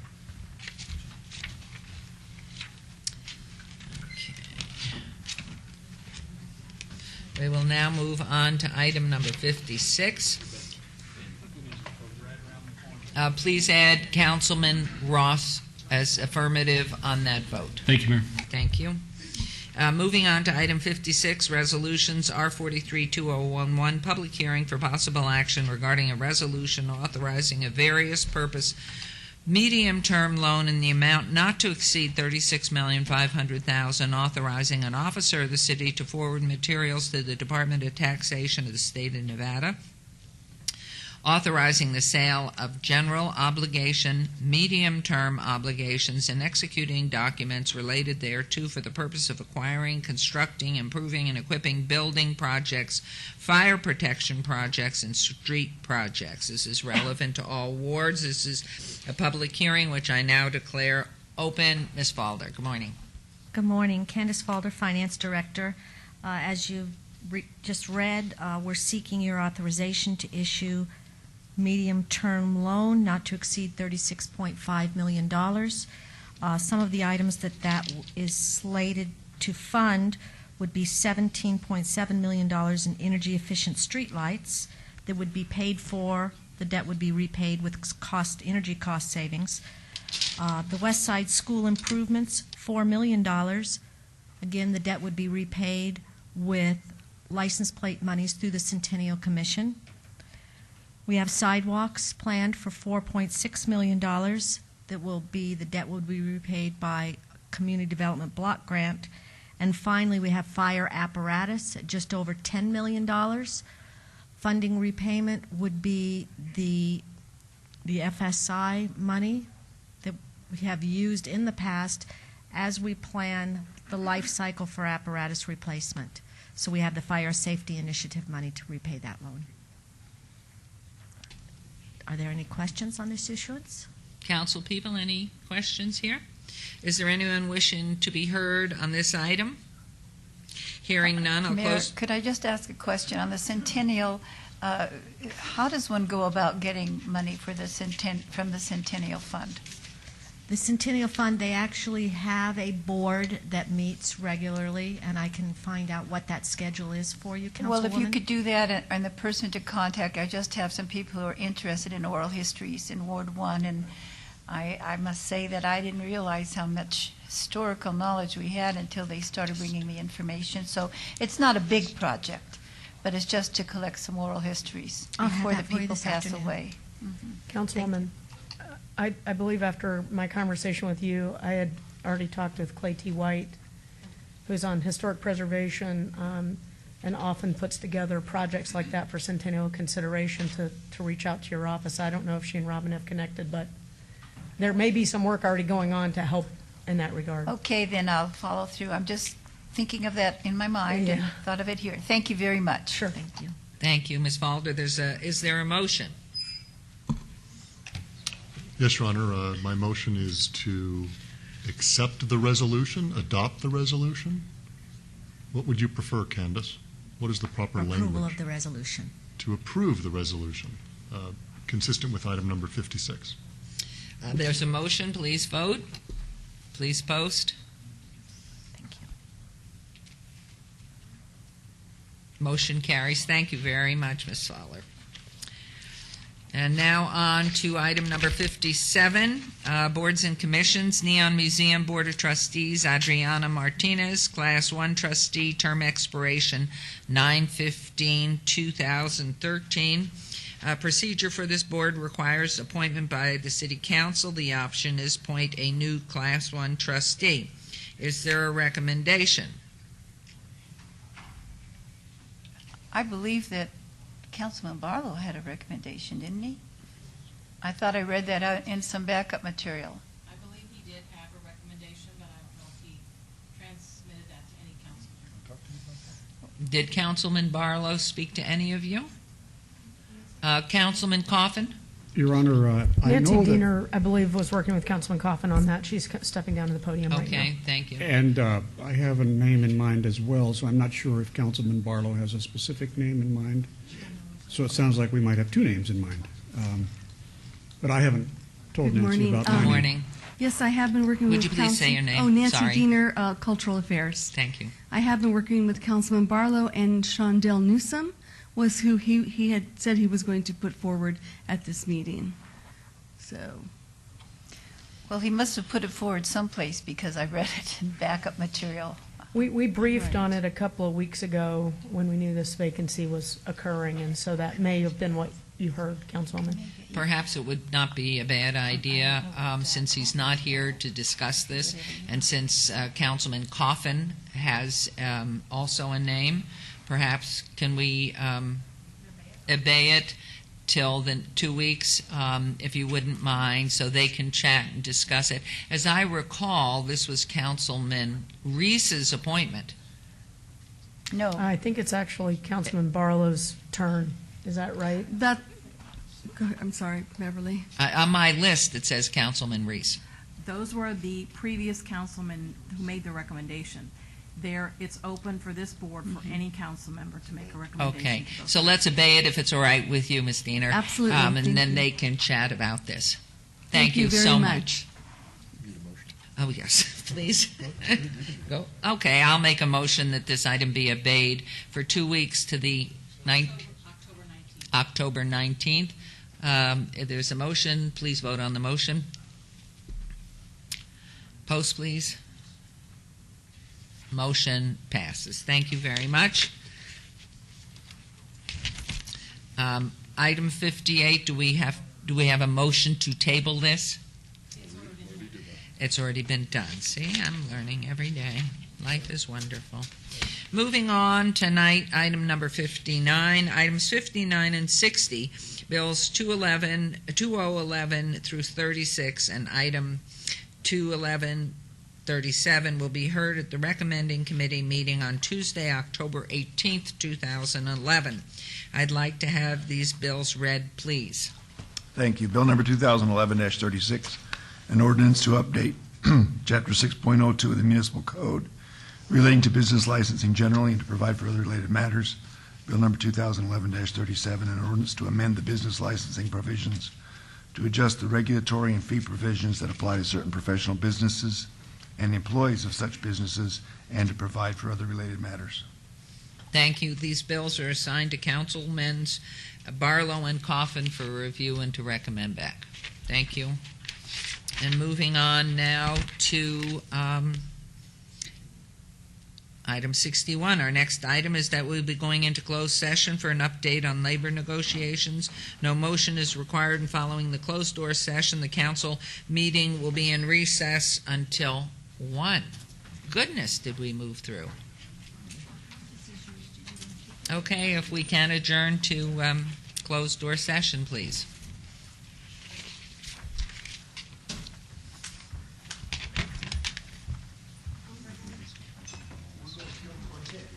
By the way, young lady, you're as good as your husband.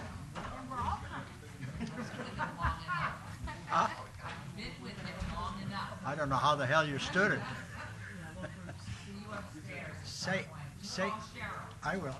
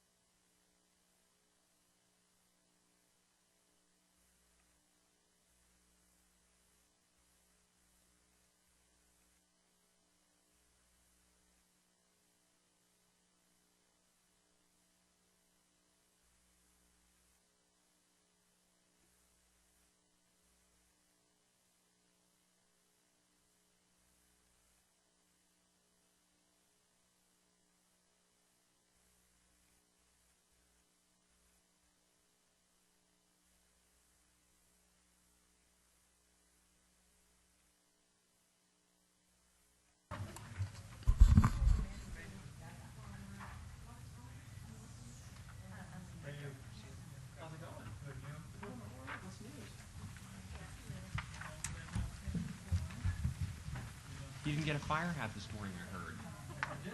But you know, there is an extra one over there. Well, either that or maybe we just conflict with your blue uniform there. So.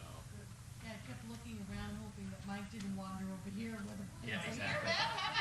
He came over where Heather and Jason and I were seeing her, and Diana, we were all like, we don't know. We don't know you, Chief. Yeah, I just was thinking, stay over there, Mike. We're good. My kids have had fun. I have a real fire hat. You do? Yes, yeah. That's not good. And one day I said something to, I think it was back when Trevino was here. And I said, you know, I put out so many darn fires. I should And have. about a week later, a fire hat showed up in my department. Trevino, he's a funny guy. He's a good guy. How you doing, Councilman? Doing good, doing good. Alrighty, Bev. Good to go.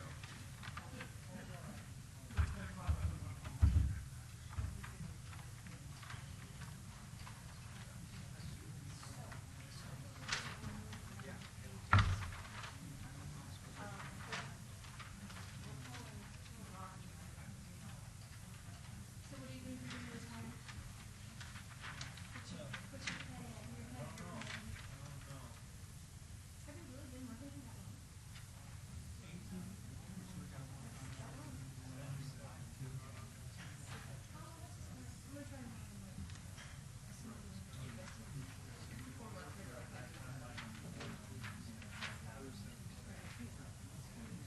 yeah.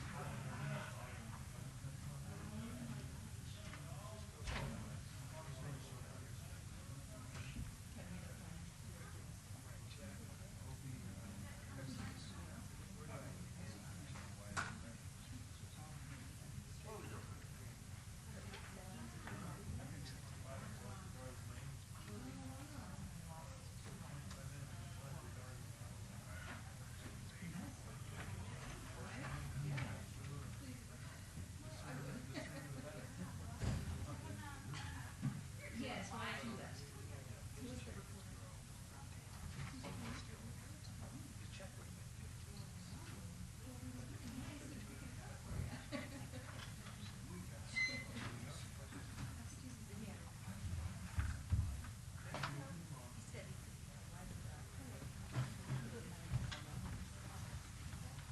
Councilman? I'm doing good, yourself? So in a couple weeks,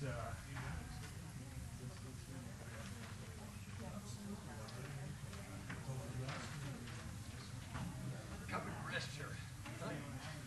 What's the map?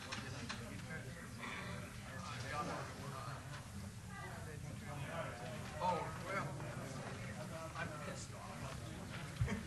You want sand? Oh, I don't care, bro. They post up outside.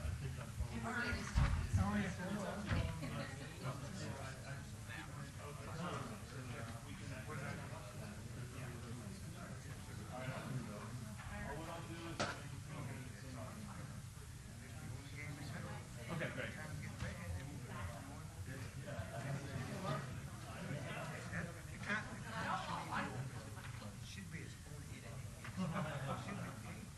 First of all, we ought to have national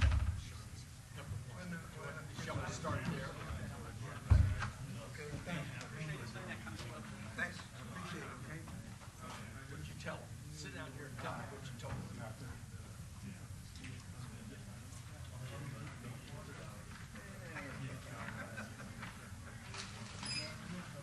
Pull a tag team, switch of roofs.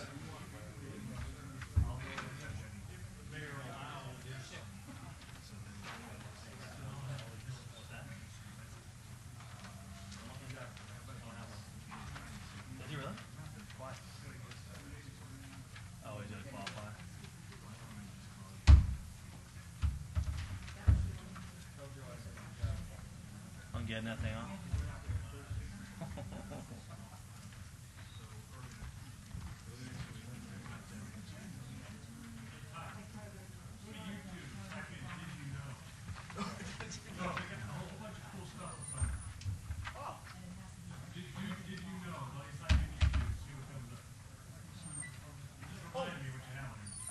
Who sits on the water board? Oh, you do? Oh. No, no, I'll be addressing that here coming up. That's what it's all about. Oh, well.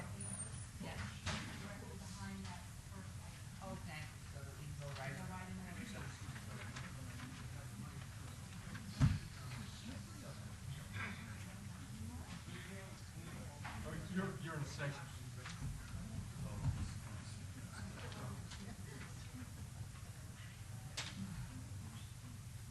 What I'd like to do is talk to you.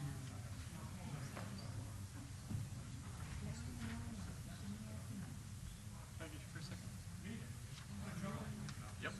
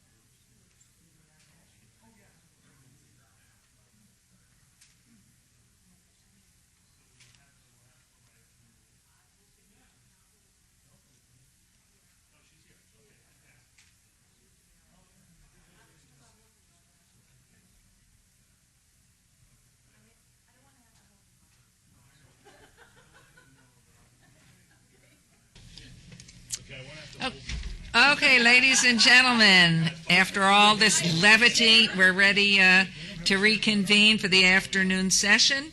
We're going to start with item 62 for possible action. Any items from this afternoon session that the council staff and/or applicant wish to be stricken, tabled, withdrawn, or held in abeyance to a future meeting may be brought forward and acted upon at this time. Councilman Wolfson. Thank you, Mayor Goodman. Item number 78, ROC 42989, applicant owner Terrible Herbst Incorporated, 1051 Desert Foothills Drive. There's been a request by myself to obey this to our October 19th, 2011 meeting. Item number 79, ROC 42995, applicant Terrible Herbst Inc., owner Malavi LLC, 3320 Novat Street. There's been a request by Mayor Pro Tem Anthony to obey this item to the same meeting, October 19th, 2011. So my motion is to obey both these items consistent with those terms. Thank you. Any other items, council people? There's a motion on the floor. Please vote. Please post.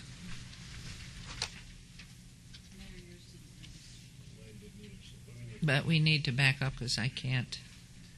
That would be because somebody signed in as councilman. Let me clear that.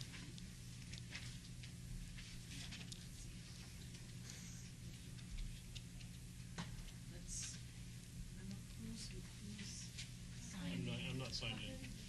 You're signed in as councilman Anthony. I'm not signed at all. I don't see it. You can close it and re-sign it. This will never happen at the new City Hall building. Why? This doesn't better not. I signed in as Councilman Ross. It's not showing up. Are you signed in as? All right.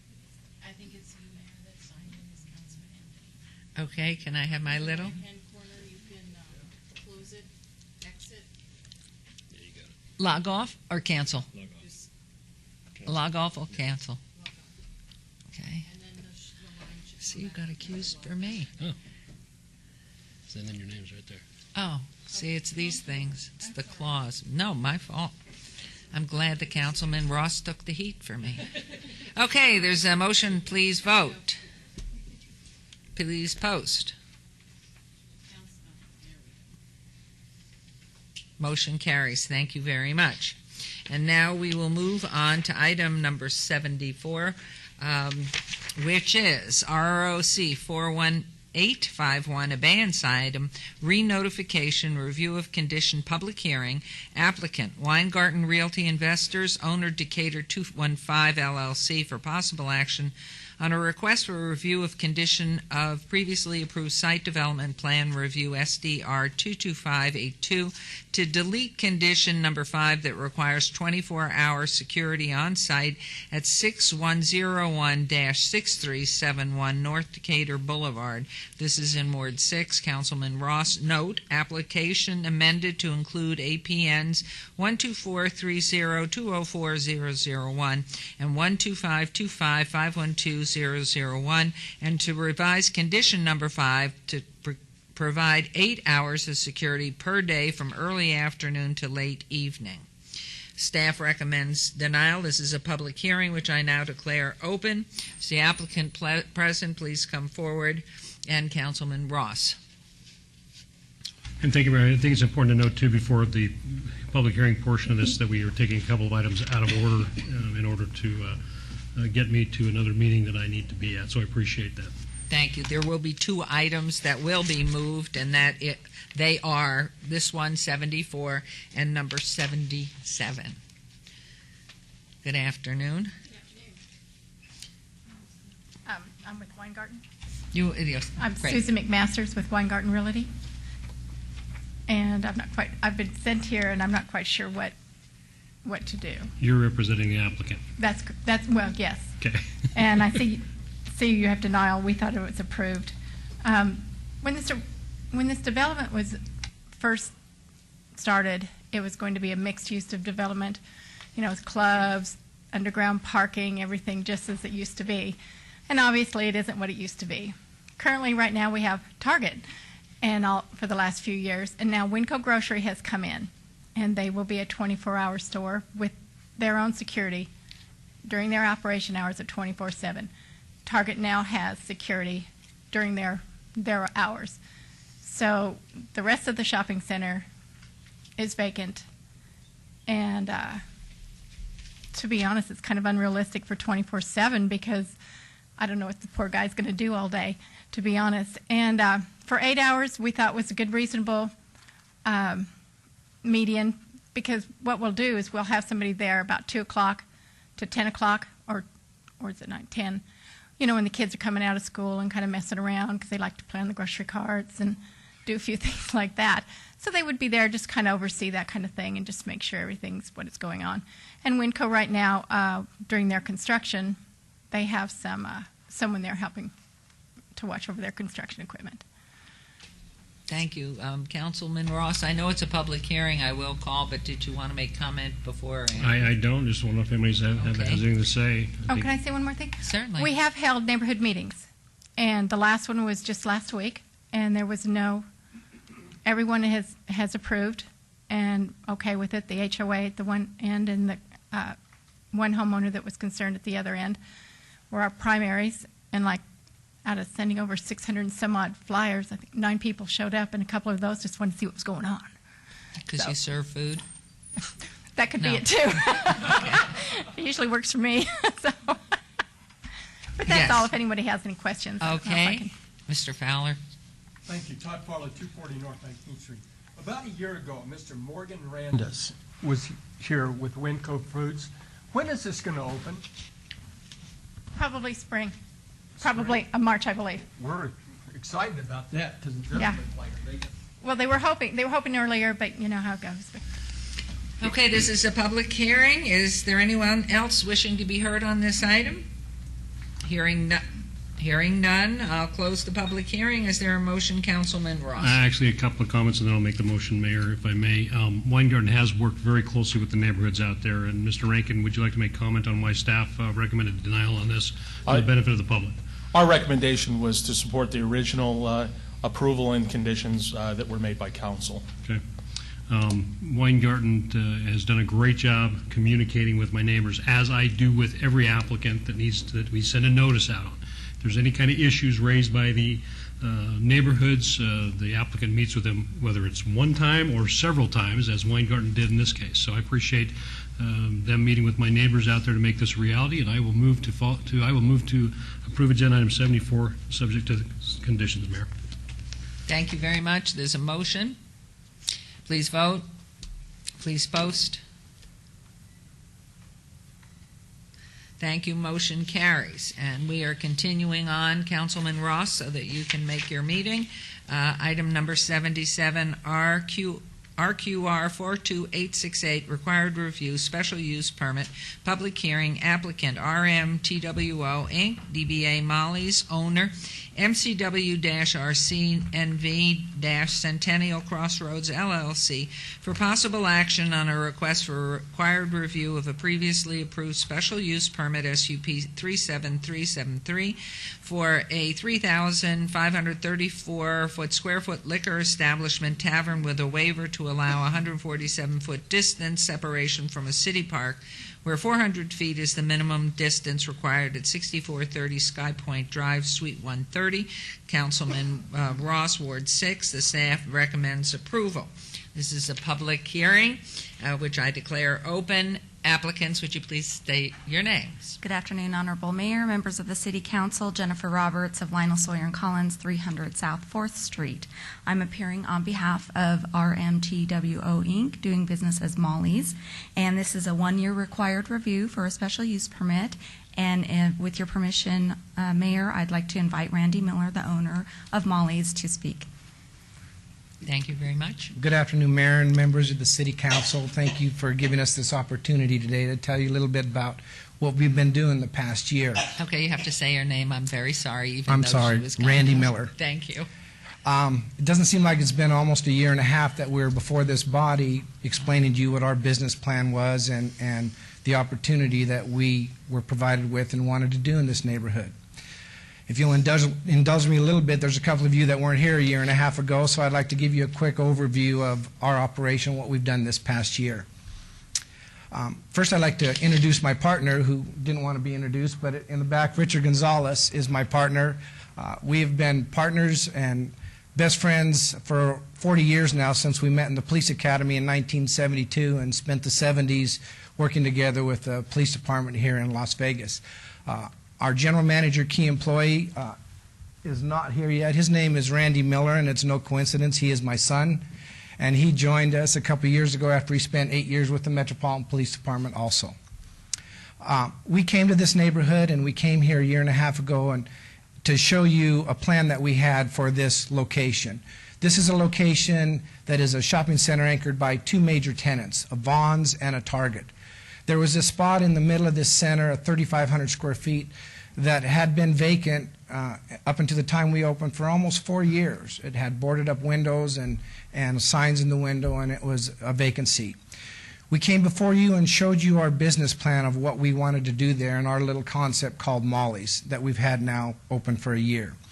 Molly's has a tavern license, and with that we offer over 100 varieties of adult libations. In addition, we have gourmet coffee, and we offer over 75 different menu items on our gourmet coffee menu.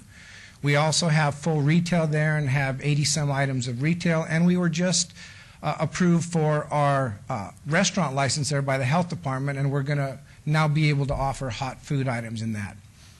For the past year now, we've worked closely with some of the neighborhood representatives, and we believe we've mitigated any concern they've had with our operation. We are exactly what we presented, a small neighborhood, low alcohol consumption facility in this shopping center, which we thought was the perfect location for this operation.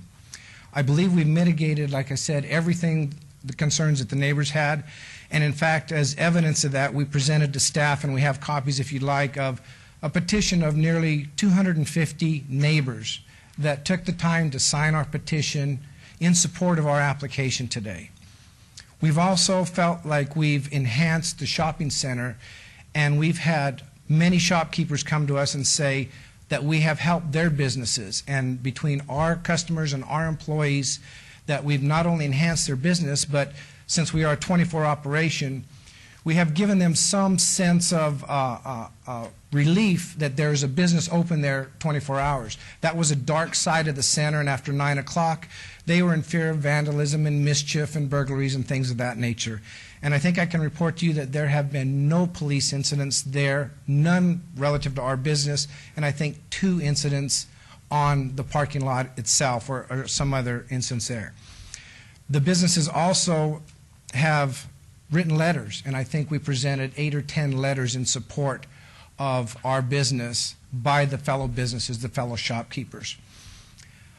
We believe we've done everything that we represented to you over a year ago. We believe that we have been an asset to the neighborhood.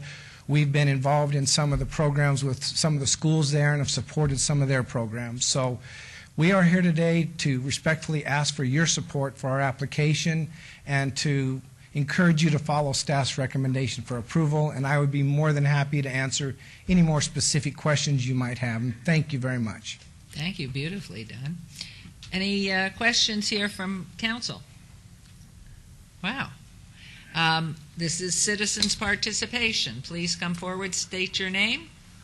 Mayor, Council, Nathan Taylor, Ward 6 resident. I have my citizen hat on today, not my lobbying hat on.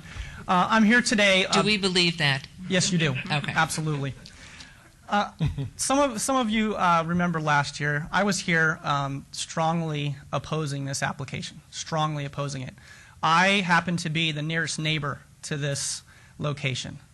I was very concerned about what this would do to our neighborhood. So over the last year, I have diligently watched this business. I have been in there half a dozen times. I've consulted with Metro. I've met with Mr. Miller on several occasions. I've also talked to neighbors in the area.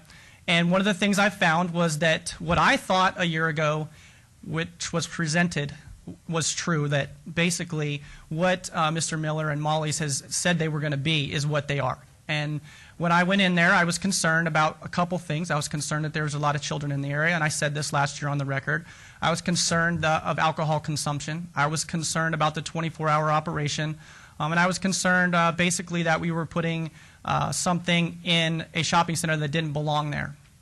Well, after diligently watching this business, I thought it only fair that when I came to a conclusion after protesting this application a year ago, that this has been a good thing for the neighborhood. There haven't been any problems with this business.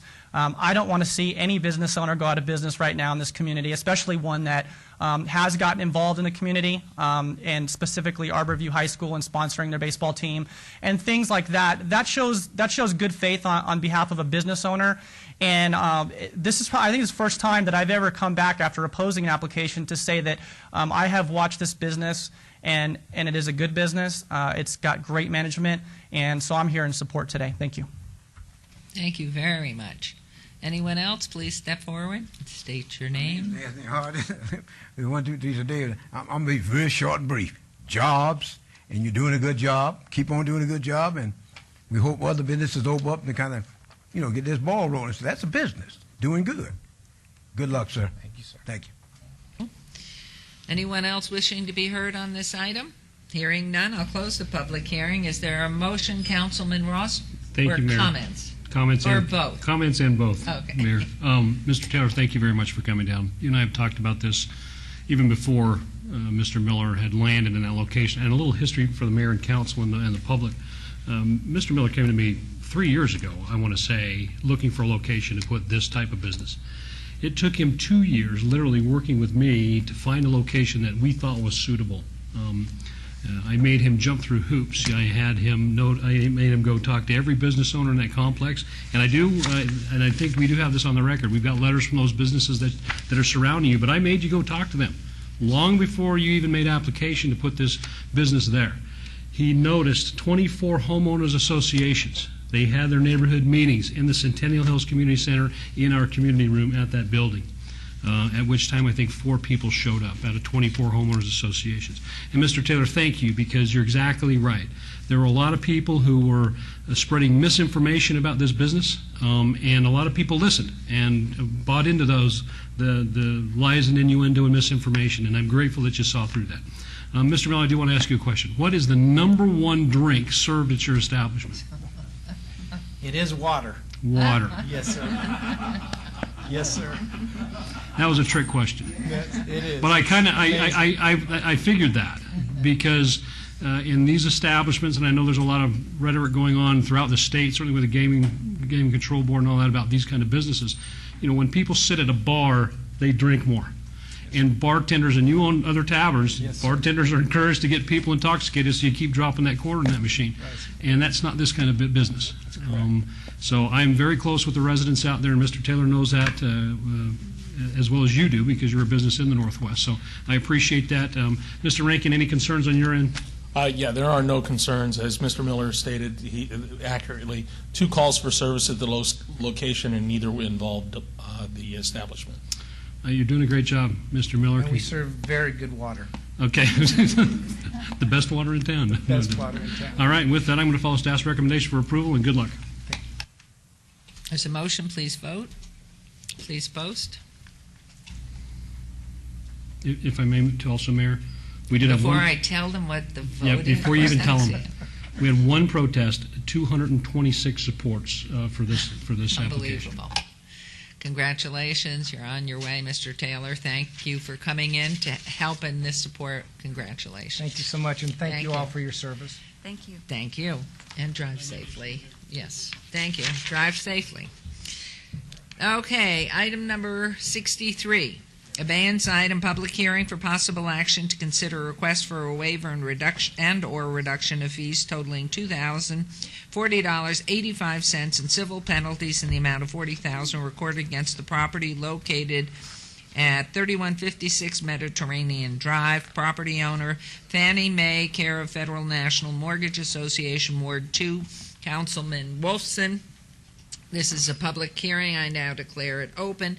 Is the property owner present? And Mr. Chris Knight. Good afternoon, yours. Mayor, members of the council. Chris Knight, Director of Building and Safety. This is a property that was obeyed from the last meeting to allow the owners to appear here. The case was opened May 4th of 2009 and closed September 21 of 2009. with a notice and order of being issued in June 19th of 2009.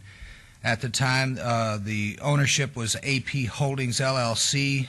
We were aware at the time that we did this action that a notice of foreclosure had been filed in December of 2008, in which we went out and did an abatement. The property owner, what we removed was high vegetation, refuse, waste from all areas of the property, and applied a herbicide and did some boarding of open windows and removed some graffiti. So some of the things, the costs associated with it was $2,040.85 in hard costs to the general fund, with $40,000 in total civil penalties.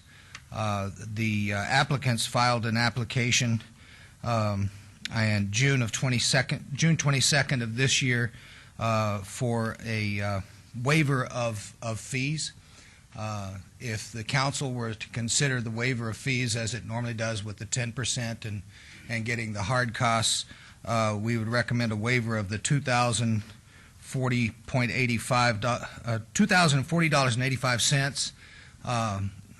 That not be waived. Those are the hard costs, that those be left in place, along with an additional $7,531.06 to cover not only the 10% of the penalties, fees, and assessments, but also the interest that we've accrued with having placed this property on the tax rolls with the county assessor's office. So those are additional hard costs that we've received, and the property has gone on to the tax rolls, and I think this is the first year they've done that. We had a cost to put it on there.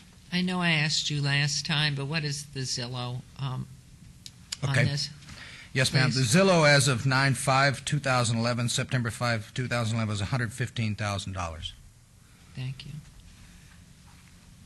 Thank you, Mayor Goodman, members of the council. My name is Greg Hubley. I'm with Pike Duncan, 701 East Bridger, Suite 700, 89101. And I represent Fannie Mae as well as City Mortgage. And we are here to request a waiver of the civil penalties. And we're asking that based upon the fact that my client didn't learn of these assessments until after foreclosure was initiated, and upon, I think even more importantly, upon learning of these violations, my clients acted immediately to correct and clean the property, secure the property, and take care of the nuisances. The history provided earlier is absolutely accurate. A prior owner, AP Holdings, was actually the holder of a junior home equity line of credit, deed of trust. And it had foreclosed on this junior security interest and became the title holder of record. And my client at City Mortgage had no idea that had even occurred. My client held the first mortgage deed of trust. And maybe a little bit of history here, a little more history, I should say, would help. The City Mortgage came into an interest with regard to this property by virtue of a deed of trust back in 2004. The prior owner was Ann Kernbauer. City received an assignment which was recorded in February of 2007. Thereafter, there was default and bankruptcy and a relief from stay and a full reinstatement. But during the interim, the former owner, Ms. Kernbauer, executed this second home equity line of credit deed of trust that was recorded in August 2006. It was immediately defaulted on as of November of 2006, ultimately went to sale, and the junior line of credit holder did a grant bargain and sale deed to this AP Holdings, and thereafter I don't think AP Holdings did anything with the property. The notice of nuisance, of course, in June of 2009 went to AP Holdings, as did the 10-day notice of abatement in July of 2009, and apparently AP Holdings never did anything, never responded to the city, never cleaned up the property, didn't do anything. Now, my clients at the time held a security interest of $150,000 on this property, And had they been aware, they would have seen to it that these problems were remedied, as they did, I might add, earlier this year when they did become aware. So I guess the bottom line is I'm appealing to the council's sense of fair play and justice. And I understand this is a lien, an assessment that has super priority status, but my client honestly knew nothing about these assessments until after foreclosure. Wasn't the legal owner of the property at the time that the problems were occurring, and it took immediate action to correct the violations. And I would also note that, as the council knows, the municipal code allows for the city attorney to pursue AP Holdings for these problems, and I think that would be the more appropriate course of action. So after, I guess, getting on to present day, after having cleaned up the property and cured all the violations, my client is now trying to sell the property, and there is a pending contract for sale. Obviously, I think removing another foreclosed property from the books and allowing a new owner to take over and maintain the property is in the best interest of this neighborhood on a micro scale, and to the city of Las Vegas and the state in general on a more macro scale. So I am requesting that the council waive the assessments and release the lien and pursue the legal owner, which had notice of these violations and did nothing to correct it. Public hearing, would anybody? Thank you very much, and we are open as a public hearing. Please, there might be some questions if you wouldn't go too far. Thank you. Right here. Please. My name is Andy Hodges. I don't mean no harm. Fannie Mae, the government, wine and roses. Get your money. Thanks.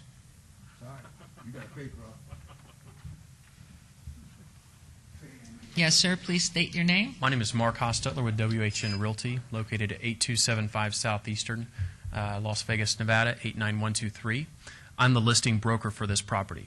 And I would like to validate what the gentleman said earlier regarding Fannie Mae's standard practice and policy for not creating nuisances in neighborhoods. This asset was assigned to our office as the listing broker on March the 31st of this year, 2011. Within 3 days, the preservation services had been started, meaning cleaning up the yard, cleaning up the house, the exterior. Approximately 1 week later, the renovations to the interior started. And I would suggest that this home today probably looks better than it has looked in the last 5 to 10 years.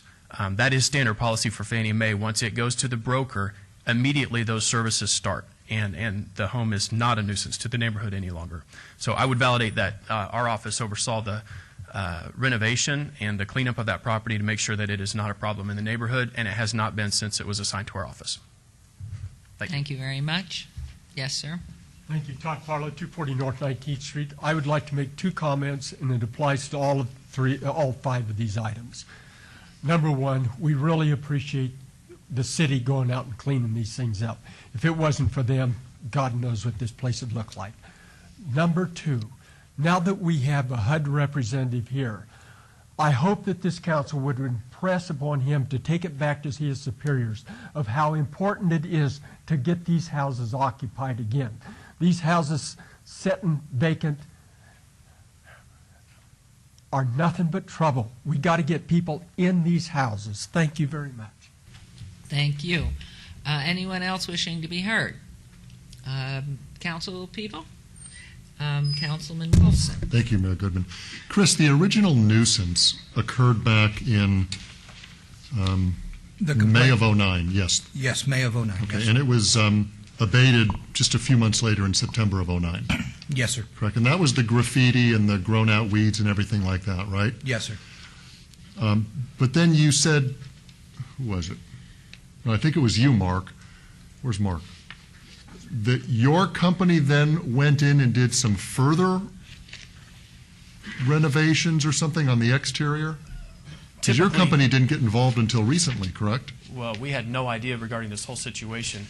This asset was assigned to our office on May the 31st of 2011. Right. So prior is when all this stuff was happening. So my question is, when your office became involved just a few months ago, what needed to be done? Oh, the weeds growing up in the yard. Okay, so they came back, in trash. other words. Well, no one came back. We took care of it at that point. That was when we were aware of that the property even been foreclosed on, and we took care of it.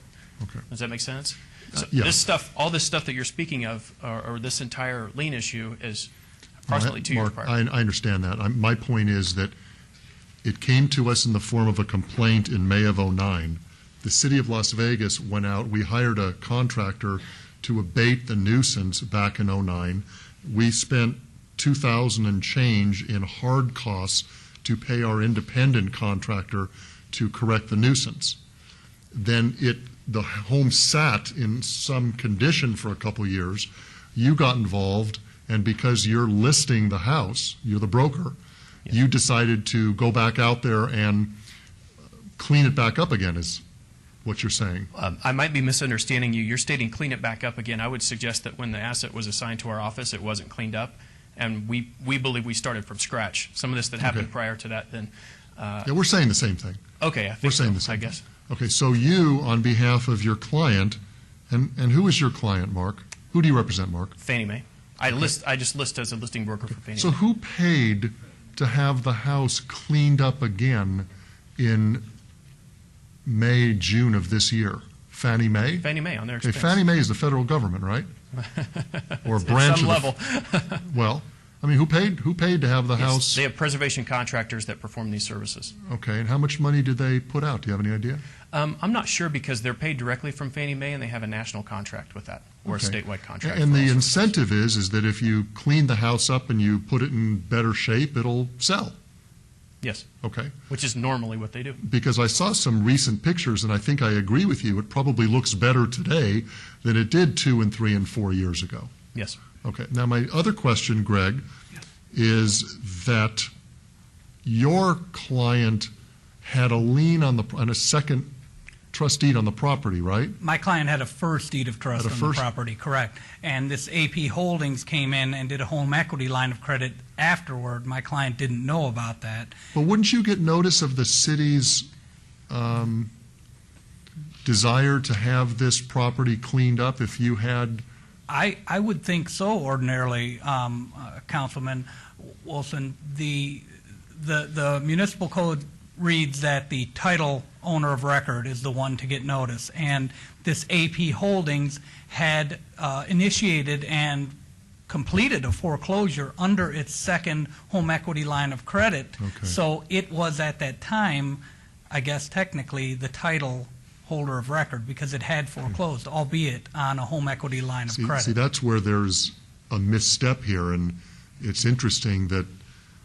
But if I may, there was an assignment on record prior to this to City Mortgage. I mean, they were of record. It was earlier than this AP Holdings deal, so maybe it just didn't go back far enough to notice that. But Yeah, I mean, I guess it would require us as the city to do a little bit more looking, or not. I don't know if we want to do it. Maybe it requires more man hours to I'm sure notify it as would. many parties as possible of what we're doing. Chris Knight again, when we're able to identify any of the entities that have a financial interest in a piece of property, we do send the notice in order to those financial institutions. We were not able to identify Fannie Mae as the one of the lien holders or interest holders on the property. There's record in our record of research in June of 2008 reflecting that we went on the internet, we went through MERS, we went through a number of different agencies and could not identify them. Vicki Ozuna's here, and she can explain that process that we use a little further, but if we had been able to identify, we would have sent the notice to them. I don't necessarily need to hear the explanation. If there is a process and we take every effort we can to notify the people that we're aware of, then that's all we can expect. That's correct. Okay, Mayor Goodman, you had a question? Yes, Councilman, just a point of information. When we go in and revitalize a property, we do the exterior only and don't do the interior, correct? Yes, ma'am, that's correct. So that what you were doing was exterior and interior, correct? Okay, thank you. If I may, one last item. I just wanted to put on record the assignment of deed of trust to City Mortgage. It was recorded with the Clark County Recorder February 13th, 2007. I have a copy. All right, we missed it. In any event. Okay. My next question, Chris, you said something about 10% of the civil penalties plus interest on the tax rolls or something. I didn't understand that. Yes, sir. There's a payment that we have to make when the property has gone a certain length of time that we have to make to put it on the tax rolls. When it's on the tax rolls for 3 years, the city can acquire the property for the lien that's on it. So the first year that we put it on, there is a 4% charge that's charged to us, the city, to put it on the tax rolls. And that is a hard cost to us. That if you just took 10% of the civil penalties and fines, that we would recover that, the 10% plus the charges to get it on the Okay, and how much is that tax extra cost? The 10% is $4,000, but what's the extra cost? It's, I don't know, I'd have to subtract that out from I think you said 7,000. $3,531, it looks like, when I look at my numbers down here. Okay. So it's a total of $7,531.06 for the civil penalties plus the 4% to get it on the tax rolls, and $40.85 for the hard costs that we experience. So the hard cost is part of the $7,000 figure? It's part of, no, sir, it's part of the $9,571. Give me the $9,000. When I make my motion, I want the right number. 9,000 what? The basic number would be that includes the hard costs and all the interest and civil penalties of $9,571.91. Okay, I think I understand. My final question is anybody paying the property taxes during these 3 or 4 or 5 years since the original homeowner, who was probably paying property taxes, vacated the property? Anybody pay the property taxes during this period of time? I know that there were a number of liens recorded. I think one or more of them were for taxes. My understanding is that either City Mortgage or Fannie Mae has paid those taxes. The property taxes? Correct. How do we find out? Because this is something I asked about last time. It's so many of our homes are going into foreclosure. When the original owner, occupier, vacates the property and leaves it, and then mortgage companies or banks come in and take them over, who pays the property taxes during these periods of time? The way we explained it at the last council meeting, if there is an escrow account with the financial institution, the property taxes are continued to be paid. If there is not an escrow account or there is no mechanism in place other than the homeowner, the person with the loan, is paying the taxes, typically those taxes do not get paid. Okay. And typically an escrow account is only for 1 year, is it not? I believe they are, and they get renewed each year, yes, sir. Well, unless you don't pay your mortgage payment and you abandon the property. Correct. Okay. All right. And then my final question, Mark, and you said you have a pending sale? In other words, are we going to get a good homeowner in this? Because this is a corner property, I believe out in the Lakes area, beautiful home now. You got somebody that wants to buy it? Yes, we're currently in escrow scheduled to close the 21st. We have actually delayed the closing for approximately 45 days at least because of this issue. Okay, so you're in escrow. There's somebody that wants to purchase and move into this home. Yes. Is it appropriate or not for me to ask you what the sales price is of this home? I would be glad to tell you it's 109 was the appraised value, which is under the Zillow amount that was spoken of earlier. It's okay. I'm not breaking any laws or anything. It's already broken. It's already broken. Oh, sorry. No, we're just. I can tell you what the appraised amount was. It was 109. That's the appraised, but that's not the sales price necessarily. Close? You're within range. Okay, within range. I would also, you asked about escrow accounts. Escrow accounts are assigned when a loan is originated and carries for the life of the loan unless the servicer would like to not have it anymore, which doesn't usually happen. Usually it's there the entire time. But isn't it funded annually? It's funded with each monthly payment. Okay, so my point is that once a occupier owner abandons the property, stops making his mortgage payments, the escrow account is diminished and it isn't funded for 2 or 3 or 4 years while it's in this foreclosure limbo status. Typically, it's still the servicer's responsibility to keep that current. Who's the servicer? City Mortgage. Okay. All right. All right. Well, I mean, we're going a little off field. We don't necessarily need to go there. Okay. All right. I am prepared. Oh, I apologize. You're going to win, so I'm prepared to make a motion. And I'll be quiet. Okay.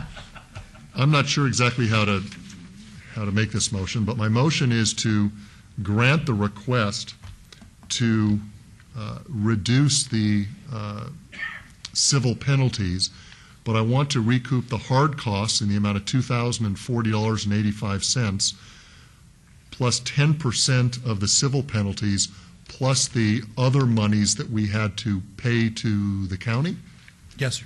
Okay, for a total of $9,571.91. Is that the right amount? That would be correct, sir. Yes. Are you prepared to write a check today? No, I'm not. Okay. When can it be paid? I'm certain it can be paid relatively soon. Did you have something to add? I can speak to that. Since we're currently in escrow, if the city would like to produce a demand statement, we can have it put on the closing statement and be paid out of escrow. Is that something that we would normally do, Mr. Steele? Or Not just- really, but we could. I Well, I mean, mean, I don't if wanna- they don't pay it, the bottom line is the lien stays there, so Okay, they I don't should be think we highly need- motivated to. I don't think we need to pay. have anybody go to any more trouble, so, okay. Did Hi, you want to? Vicky Ozuna, Neighborhood Response Acting Manager. We do demand statements all the time, so I'll make sure that they get a demand great. as soon as possible. That way we can get Okay. paid. All right. Okay, thank you very much. Then I think everybody's heard my motion. Yes, there's a motion. 1, 2, 3, 4. There's a motion. Please vote. Please post. Gentlemen, thanks so much for coming down and Thank you. explaining Motion things to us. carries. Good luck. It's a beautiful building. It looks great. I thought if I wanted to leave home, that's a cute place. Mayor, Jim Lewis down at the City Attorney's Office. I just wanted to say, for the duration of the day, in order for something to pass, you need 4 votes. You've got 4 here. I just wanted to make sure everyone knew that. Thank you. Oh, yes, because I saw Councilman Coffin leave, and I thought, uh-oh. Thank you. Keep us honest. I gather we're still, I see Mr. Knight. So we are on number 64, please. Public hearing for possible action to consider the report of expenses to recover costs for abatement of nuisance located at 4217 Evergreen Place for fees in the amount of $1,671.50 and assess a maximum of $35,500 in daily civil penalties. Property owner Damon Scott Brown, Ward 1, Councilwoman Tarkanian. Public hearing, I declare it open. Is the property owner present? Mr. Knight, while he's walking or she's walking, which I don't see, please. Chris Knight, Director of Building and Safety. This case was opened on 4/26 of 2011, closed on 8/31 of 2011. Notice and order was issued 5/31/2011. The abatement really constituted, the abatement was completed August 23rd, 2011, and basically was the removal of high vegetation, weeds, waste from all areas next to the right-of-way on the house. It's basically the front yard and an application of herbicide. The total hard cost that we had was $1,450 with total daily civil penalties of $35,500, which would give us a total cost of $37,171.50 in total hard costs, or penalties. Mr. Knight, what are the major cross streets here, please? You would ask me that? Let me look real quick. I got a map. Or I usually have a map. Maybe Councilwoman knows? I was thinking it's near, isn't it near Evergreen and Decatur? Except you go a little further west, a few streets, a few blocks west, but I believe it's on Evergreen. I'd like to see that first picture we had up there too, because I think there's a tree in that front yard that one of our projects planted, the city's projects. It's too bad it looks as if it died. Mayor, the area is Decatur. Doug Rankin with Planning. I have it up on my map. The area, it's located just off of Bedford and Alta, between Alta, Decatur, Valley View, and Charleston. That's where Evergreen is. Thank you Yeah. very much. Thank you.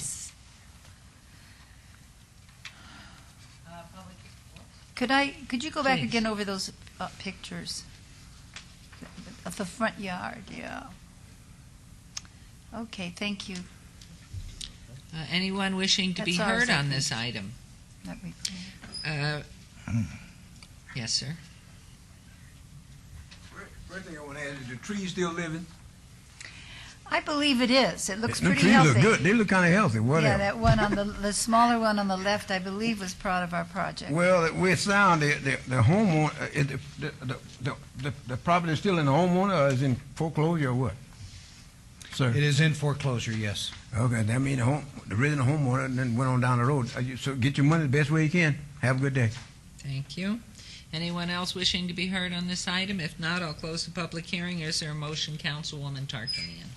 I'd like to ask one more question. When you worked with the people that owned the home, did you have contact with the owners at any time, your department? Did they respond well? That I'm not sure, Councilman. I would assume they didn't respond, and that's why we did the abatement to begin with. I would move to approve the recommendation of staff for the hard costs for 10% plus interest of the penalties. Is that how you would word it or not? No, ma'am. This is where we're not waiving fees. We're assessing fees. So we normally recommend a full assessment or a full lien of the full civil penalties. The numbers again would be 1,000. I'm reading from my report. Right. $1,671.50 in total outstanding hard costs. $35,500 in daily civil penalties, for a total hard costs and civil penalties of $37,171.50. And, You're welcome. Do you know what the house is worth or assessed value? Yes, ma'am. Property value per Zillow.com as of 9/13/2011 was $49,200. Well, our lien is about that, isn't it? It's about $10,000, $12,000 short of it. Yeah, and if you count the amount of, I would like to move to assess all the hard costs and 10% of the daily civil penalties, but you're saying I can't do that? I think Yes, I've done ma'am, that. you can do that. That's what I'm And- trying to do. I'm missaying it? The last one came in to waive the civil. Oh, I'm sorry, I used the wrong This is word to then. assess the civil. Now I understand what you were saying. All right, to assess the civil penalties, 10% of the civil penalties plus interest. Civil penalties are $500 a day, Chris?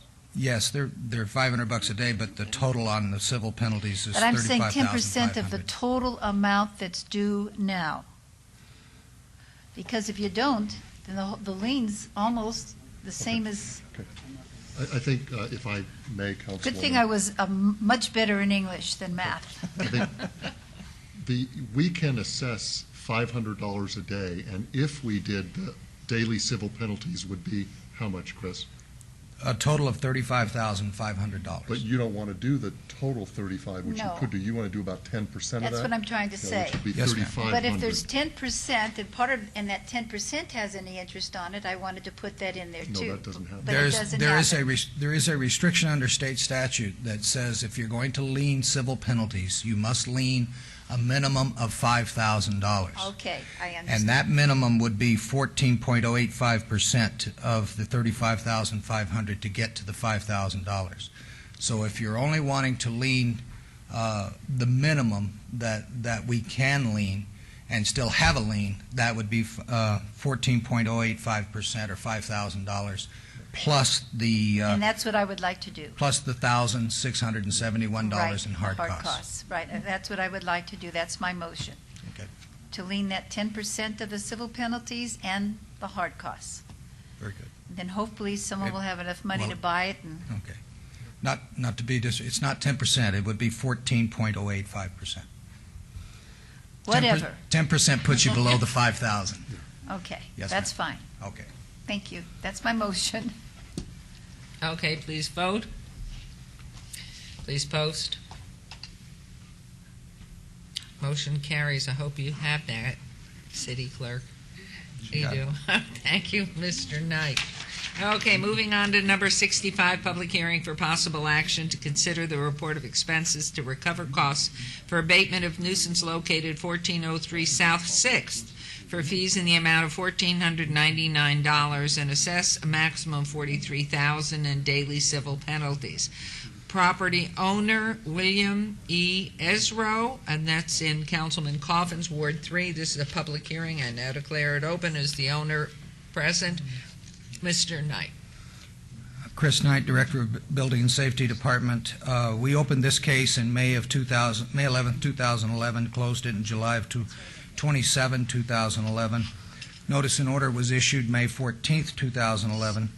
The abatement was started July 18th, completed July 18th, and basically the abatement was some removal of high weeds, high vegetation, refuse and waste, and an application of a herbicide. Our hard costs were $1,499. Daily civil penalties from July 10th to August 29th, 2011 was $43,000 for a total hard costs and daily civil penalties that we're requesting be leaned on the property of $44,499. Thank you. Anyone wishing to be heard on this item? Hearing none. Oh, thank you. You weren't quick enough. I didn't see you. I knew like whatever. But this time, another one of the homeowner don't own it anymore, right? It's Walk in away? foreclosure, yes, sir. Yeah, okay, well, get your money. Mr. Knight, what was the Zillow on this one? $146,800 as of 9/13/2011. And so what if someone out here right now hearing this great, and if Councilman Coffin has all these fees reduced, could somebody come make an offer and the house is sold? Is it that simple? That would be between them and the lien holder, the mortgage holder of Chase Manhattan Bank. We do know who that is. Chase Manhattan. Thank you very much. Councilman Coffin? Your Honor, this is near my home. I know the people, I live on a different street, but it's very close. The people on South 6th have been doing their very best during this recession to keep up the look. And this is, or was a blight until city staff came in, thanks to a complaint from one of my neighbors, Mike Ganson. So we appreciate Mike, being the local cop on the condition of the houses. So for that reason, I think that we have to get the attention of someone here. I'm going to recommend, I'm going to move that the council adopt the item 65 as is, with the hard costs of $1,499. That's what we have to date, and the full civil penalties of $43,000. Thank you. There's a motion. Please vote. Please post. Motion carries. Thank you very much. Item number 66, public hearing for possible. Item number 66, public hearing for possible action to consider the report of expenses to recover costs for abatement of nuisance located at 1457 North Gateway Road for fees in the amount of $2,023 and assess a maximum of $40,500 in daily civil penalties. Property owner, Fiorella Estialdo, Ward 3, Councilman Coffin. This is a public hearing. I now declare it open. Is the owner present? Mr. Knight. Chris Knight, Director of Building and Safety. Our case was opened on this property on 5/24/2011, closed on 8/10/2011. The notice and order was issued 6/2/2011. The abatement was completed on 8/9/2011. It was removal of high vegetation, refuse, waste from all areas, and an application of herbicide on the property. You can see the pictures there. That this is a vacant lot on 1457 Gateway. We had the hard cost of $2,023 and the total daily civil penalties of $40,500, totaling $42,523. And just so you don't have to ask, the Zillow.com was $40,800. So we are asking for a lien against it of more than what the Zillow.com is as of 9/13/2011. And now I've got one more, Major Crossroads, please. Oh, yes, ma'am. I have a map. Mr. Knight, if you'd like, I have that information. It's located off of Owens, just north of the Doug Selby Park in the drainage channel in that area. Can we go back to that picture, please? The poster. whatever. It's in the drainage channel? No. No, It's it's north of located. the drainage It's located channel. north of the drainage channel and north of the Doug Selby Park, Okay. and south of Owens. South of Owens and Lamb is the approximate major cross streets. And the Zillow, I'm sorry again? For $40,800. Wow. Okay, thank you very much. This is a public hearing. Anyone wish to speak on this item?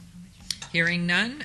Councilman Coffin? Your Honor, thank you. I had a meeting with the neighborhood association from this area on the Selby Park and the environs to talk about many things, and especially some of the blights on the neighborhood. This is a very large lot. Those pictures that you saw are 6 weeks old, so there's a good chance the recent rainy weather has brought back a lot of vegetation, probably well over 8 inches high at this point. And we'll probably have to spend more money before we actually get to the point of reaching resolution on this. So I don't know who holds the paper on this. Mr. Knight, who does? Yes, sir. We do not know. There's nothing on file. There's a foreclosure, so it would be Fiorella Tialdo. Okay, So we do not, it is not in foreclosure, as far as we can tell. I see. All right, well, I tell you what I'm going to do. Could I ask a question, Go ahead, Your please? Listening to what you said before, how long does this have to serve in that capacity for it to become the property of the city? We would have to lien the property. It would then have to, I think it's 3 years, Vicki? Goes on the tax roll for 3 years. From the point of the lien Yes. timing? Okay, thank you. Your Honor, I think we need to send a message to the property owner and probably the paper holder. It's probably different. We just haven't got the record of it. In any event, I move that the council adopt 66 as worded by staff in hard costs of $2,023 with currently $40,500 in the civil penalties as accrued. Thank you. There's a motion. Please vote. Please post. Motion carry. Oops, I said it before it even happened. Motion carries. Thank you. Item number 67, public hearing for possible action to consider the report of expenses to recover costs for the abatement of nuisance located at 1792 North Rancho for fees in the amount of $2,074 and assess a maximum of $77,250 in daily civil penalties. Property owner Rancho Allen LLC, Ward 5, Councilman Barlow. Do we have And any? I'll be representing council. Thank you very much. This is a public hearing. I do declare it open. Is the property owner present? Thank you. Mr. Knight, if you would speak first, please. Yes, ma'am. This one's going to be a little different because the property owner is actually trying to work with us on this piece of property. The case was opened December 8th, 2010, closed August 3rd, 2011, so it's taken us some time on that. Notice and order was issued 4/11/2011. We did a number of inspections. We removed high vegetation. This is a vacant lot off of Rancho. There aren't any really major cross streets. It's actually, to give you a good reference, it's just across Rancho from the Las Vegas Zoo is the location of it. We removed high vegetation, refuse, waste, and some dilapidated fence sections, as you can see in the photos there. The owner has actually paid $1,000 of the $2,074 in hard costs and worked out a payment schedule with us of making 2 payments over the next year to complete the other $1,074 of the $2,074 in hard costs. So they are going to pay all the hard costs to us. And the $77,250 in additional daily civil penalties, we would not be able to lien those for 1 year. So we're asking that you go ahead and approve those, give the owner the opportunity to finish paying off the hard costs. Once that's done, we will come back here with a request to waive those daily civil penalties with the completion of his payment program. What is the size of the acreage, please? Oh, that I don't know. Looks like 15, 20 acres. I don't know how big it is. Good afternoon. Payman Masachi, manager of Rancho Allen LLC. Sorry, it was such a short notice. I came like this. Size of the property is about 22 acres. 22 acres. Yes. Thank you. And a question, a further one, how did we get to 77,000? How long has this been accruing? Over how many years? It accrued from July 10th, 2011 to August 29th, 2011. How come it's such a high rate? I don't understand that. I don't know. Maybe Vicki can help us with that. Is that too? Yeah. Can I say something here? Absolutely. You'll have the floor too. 1 sec, if you would, just let us get the information. I was just going to explain. Oh, you have the information? Well, I was just going to say we were in foreclosure with the current lien holder, and then they were supposed to foreclose on June, so that's when everything almost started. And right now we're working out a deal with the note holder. So. No, I was curious as how the daily civil penalties in the short duration got to 77,250. The daily civil penalties actually began accruing 10 days after the notice and order was mailed off to the owner. So it's actually from April 21st through July 29th when the abatement was completed. So Of this year? Of this year. So in it's 3 from months? from April 11th, yes, 2011 through the July 29th. So it's $500 a day, which adds up to $77,000. And actually, I have to clarify that because it's commercial property, so it's $750 a day. That's why there's such a large difference. Okay. Sorry. Yeah. It's a commercial property. We're checking the math up here now with all our computers. Yeah. Okay. Good luck with that. I mean, it just seems inordinately high for such a short duration of time. And, sir, again, now the floor is yours, please. Go ahead. I was just clarifying. We were going to lose the property to the note holder. We were trying to work out the deal. So that's when they contacted us, and we agreed to pay the hard costs. Thank you.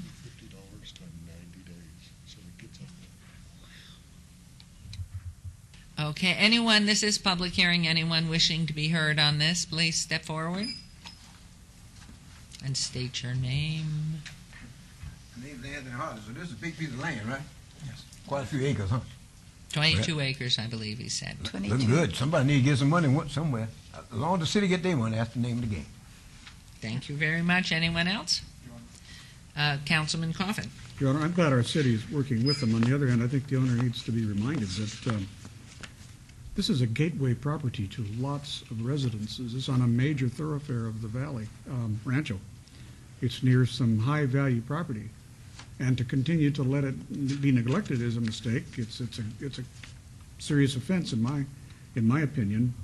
The homeless have been living there. I can't believe the hard costs are only $2,000 to clean 22 acres. Most of the work was done along the right-of-way. It was not done into the interior of the 22 acres.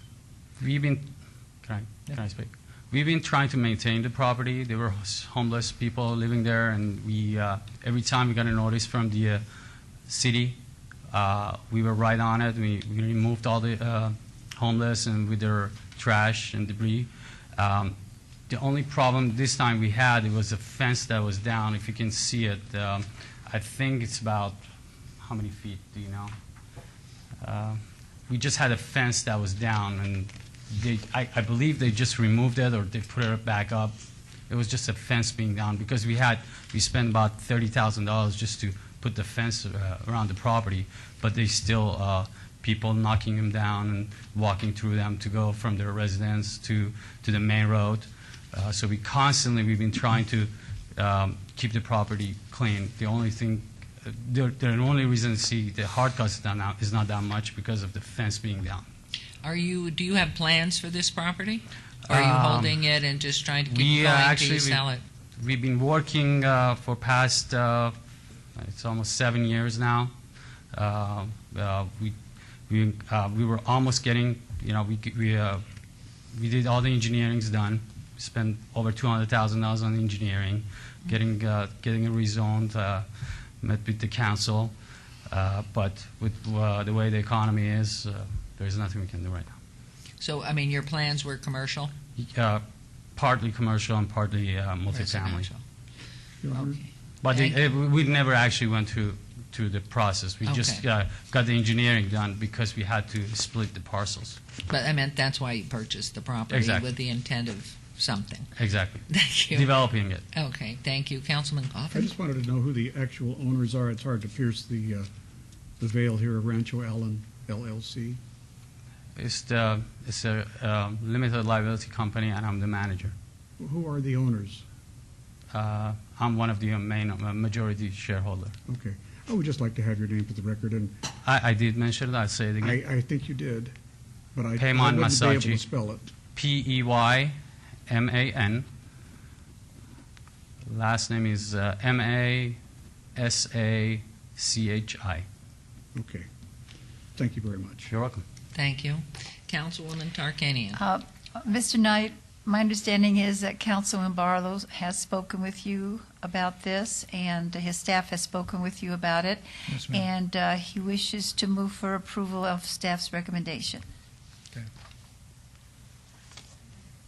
So that's my motion, approval of staff's recommendation. And our recommendation is that when the payment schedule is completed to pay off the hard costs, we would come back here with a waiver request asking to waive the daily civil penalties that seem excessively high.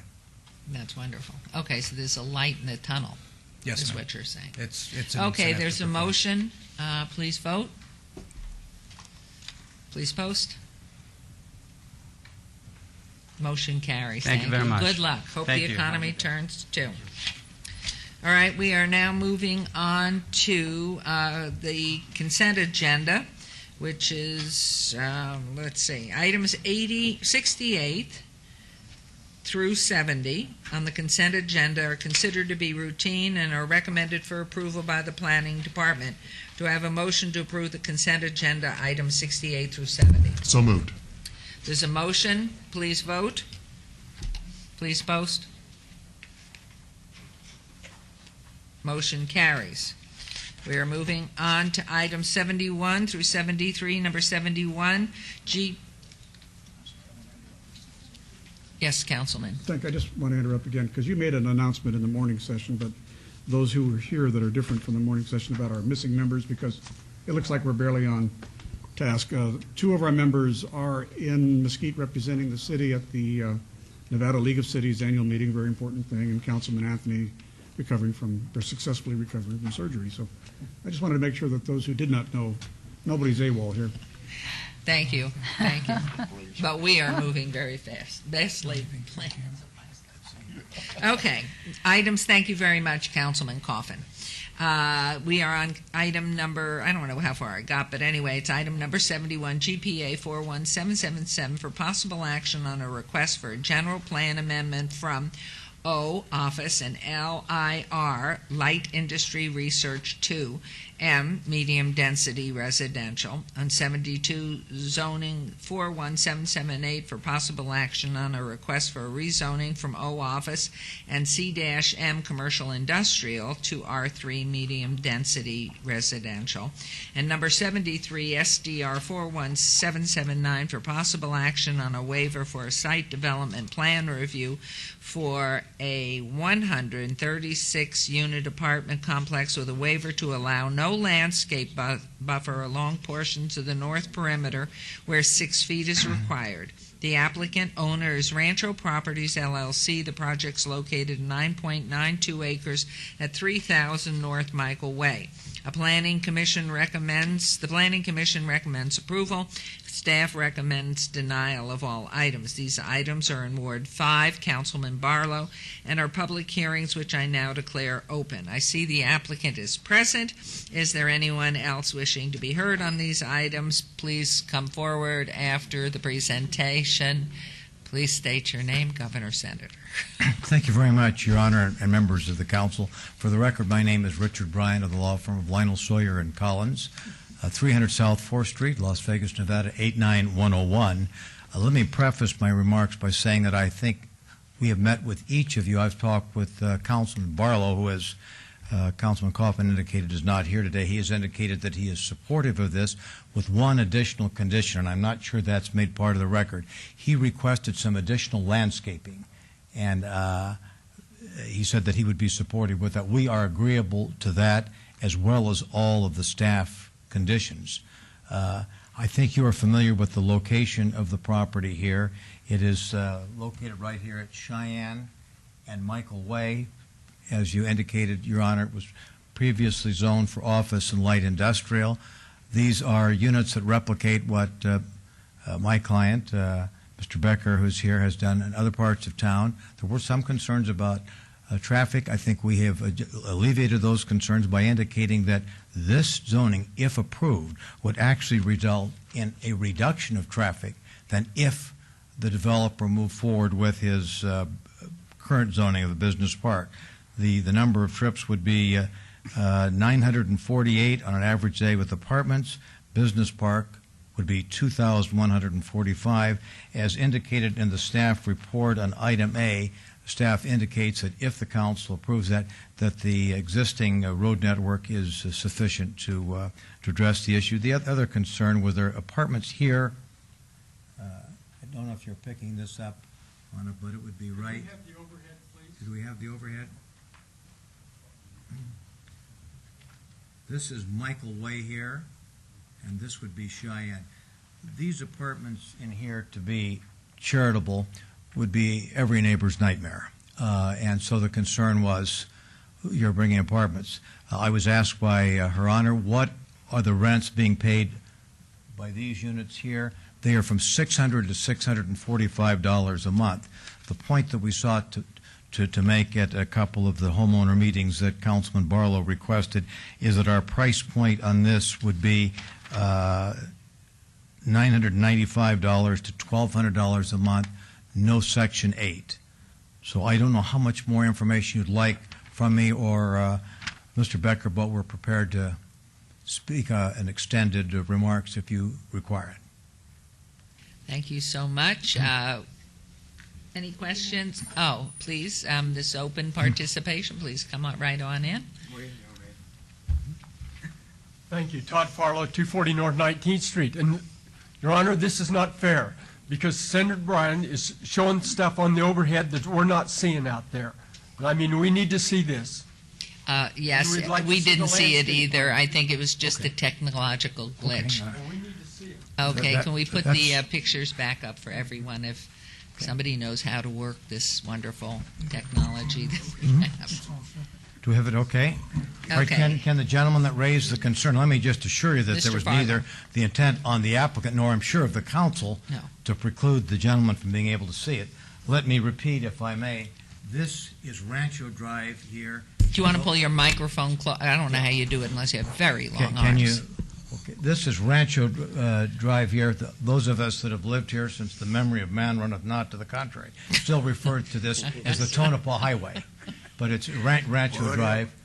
This is Cheyenne. We're still not on the overhead. He can't see it out from the audience. Can you see it now, sir? That's the one we need, right? Thank you. Thank you. Okay. All right. Again, let me try this to orient for the gentleman's benefit. This is Rancho Drive. This is Cheyenne. This is the parcel right here. The purple indicates zone for office. The light blue, light industrial. I think the gentleman also requested that we provide a copy of the site plan. Again, if that is visible to the gentleman. This is Michael Way to orient the gentleman. This would be Cheyenne. This would be the ingress and egress to the units. I might, again, just to show the gentleman who has the question, this would be the entryway as it's going to look when the project is completed. No, that's the swimming pool. I beg your pardon. I beg your pardon. There That you is are. the entryway. My apologies, Mayor. This project replicates an existing project that Mr. Becker, the developer, has. That is the entryway, and this is the swimming pool. The entryway, to come back here, if I may, here, this would be the pool here. These would be the entry. And the additional vegetation as requested is both on the interior and the exterior, as I understand it. Okay, and that is in a matter of record? We have that in the record? Hello? the extra vegetation requested by Councilman Barlow? Yes, and I have agreed to? I have a condition prepared when the motion is ready. Okay, To thank add you. 23 trees to the site. Thank you. Okay, comments? Thank you very much. Council, My name's Anthony Hardy. Now, this is a standing apartment, the building's already built? No, sir, we're requesting zoning so that apartments could be built. Oh, okay. This is vacant land at the current time. Okay, so this is a project in the making, possibility? Yeah, subject, if obviously, to the approval, council's okay. approval, that's Well, correct. I hope you can approve it. If they're going to build something and rent it, hey, yes. Be looking good. 136 units and Get it? about 30 Hey, to 40 jobs. Sound good to me. Hello? Thank you. Todd Farlow, 240 North 19th Street.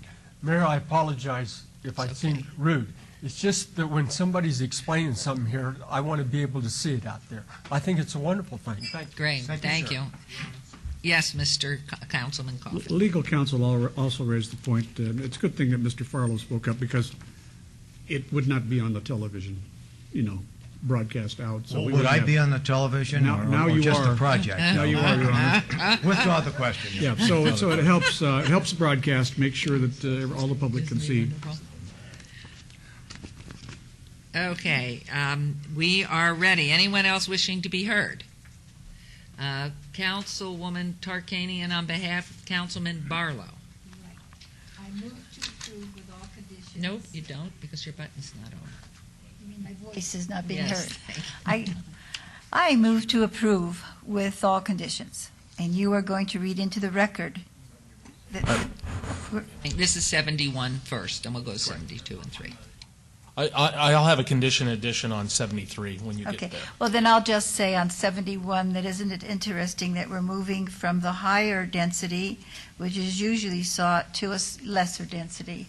And this is the first time I think I've seen this since I've been on the council, moving from light industrial office to medium density residential. Thank you, Councilwoman. There's a motion on item number 71. Please vote. Please post.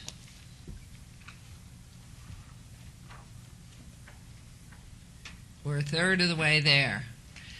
Councilwoman, please. Again, I move to approve with any and all conditions. Item number 72. Yes, we're on 72. Motion on the floor. Please vote. Please post.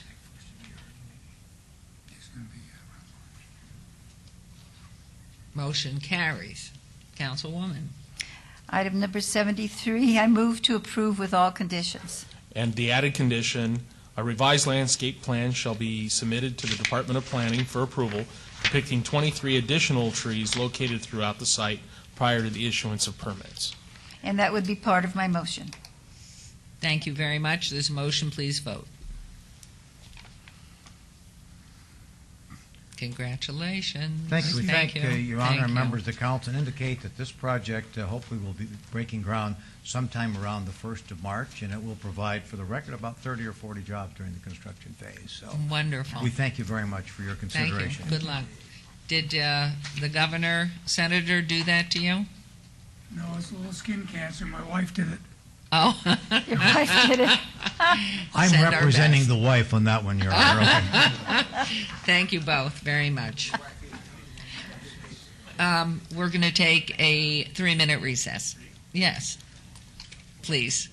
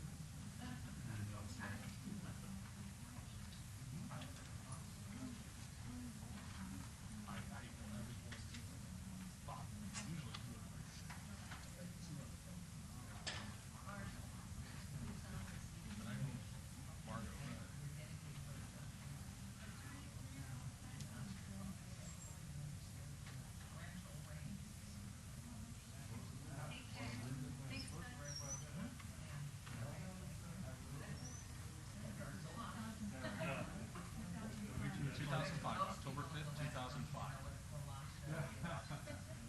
Put it really doesn't have any standards. We've never adopted standards for rural preservation. We have an ordinance, we have an overlay, but we don't have any standards.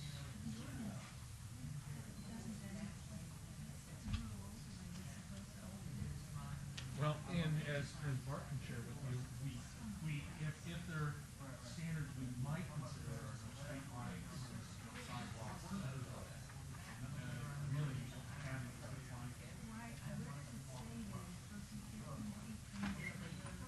Oh, that's in the zoning code.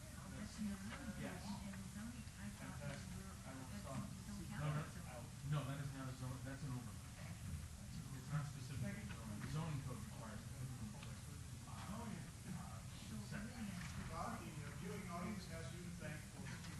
Correct, because of the zoning. I didn't want to be rude, but that just drives me nuts. You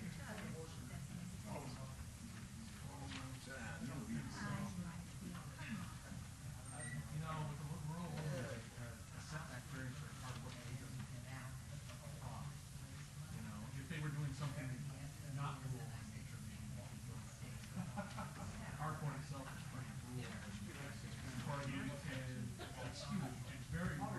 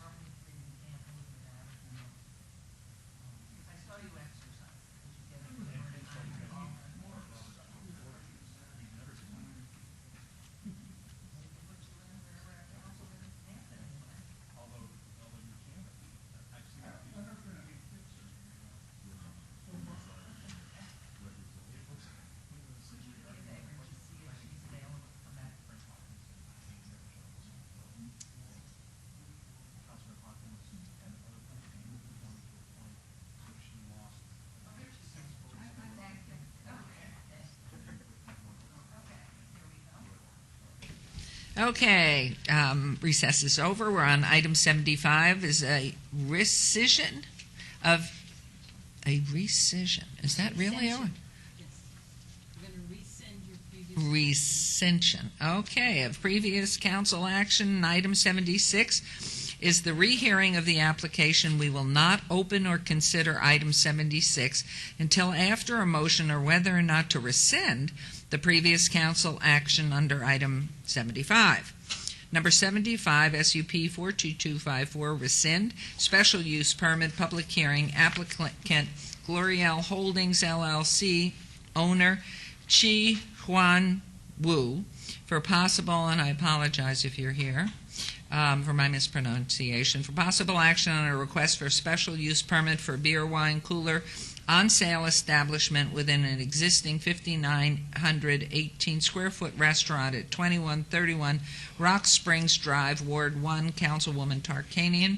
This is a public hearing which I now declare open. Is the applicant present? I don't believe, Madam Mayor, that the applicant is here. This is to rescind a previous motion. There was a Scribner's error on the application that had a condition to do with off-sale alcohol sales. This is on sale, and it was a Scribner's error. Okay.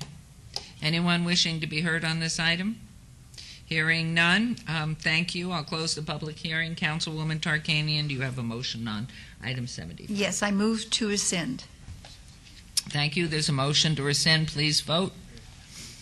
Please post.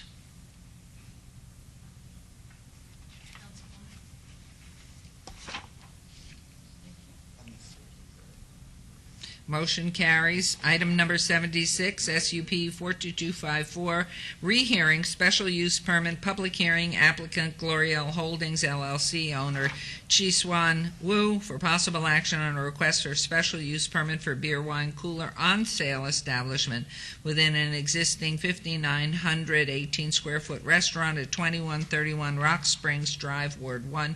Councilwoman Tarkanian, this item is a public hearing item which I declare open. Anyone wishing to speak?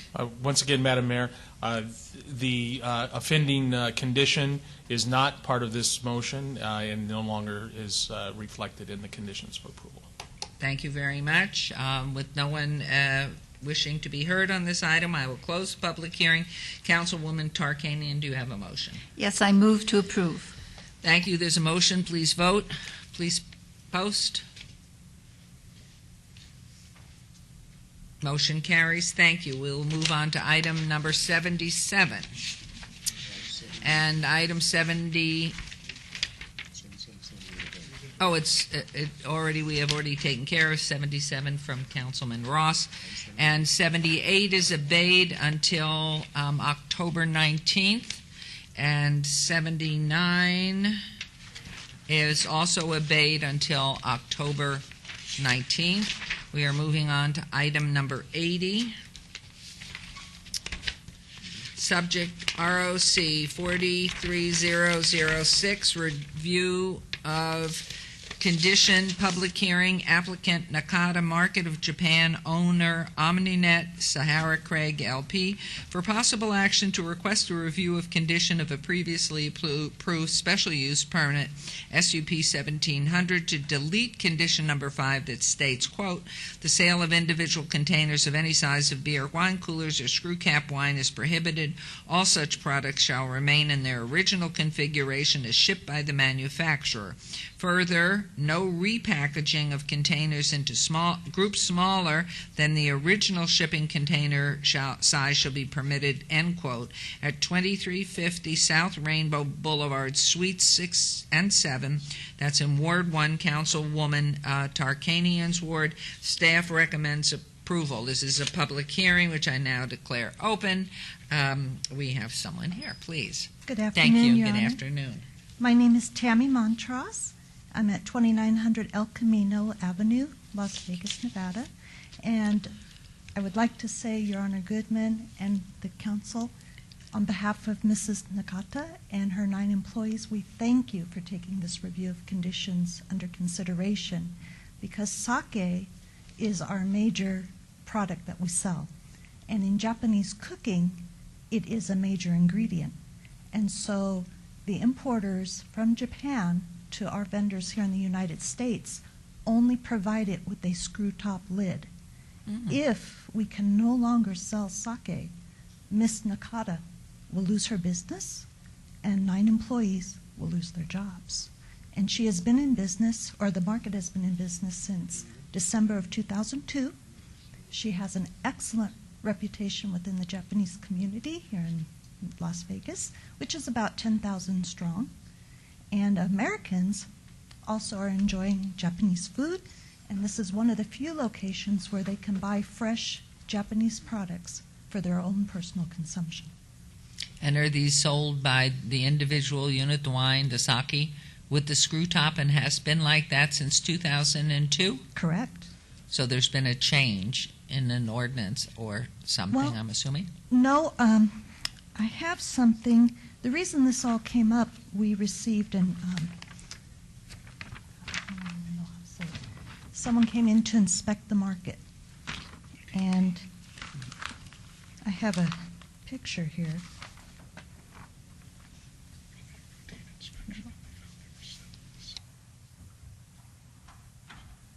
But you can see here is the sake, and that's how they come from Japan. And Sold by the bottle? Yes. Individual units? Yes. With a screw top? Yes. And has been since 2002? Yes. And we were inspected, I believe, in November of 2010 and made aware of this stipulation on SP 1700, the special use permit. Ms. Nakata was married to the owner of the store at that time. They divorced in January of 2004. He returned to Japan. She was not aware of this regulation, but continued to sell the sake. And so this was news to her, and we've been trying to rectify the situation, but our vendors tell us there is no sake that comes corked or otherwise than a screw top. Okay, thank you. This is a public hearing. Does anybody wish to come forward on this? One, two, three today. Well, it's a screw top, and it come from Japan that way. It sounds like, and as you said, they've been in business since 2002. So that's about 9 years ago. And what I'm trying to say now, hey, it's been a long ball game, and it does represent jobs. And I just hope this little situation can be, amended some way. Thank you. Thank you. Okay.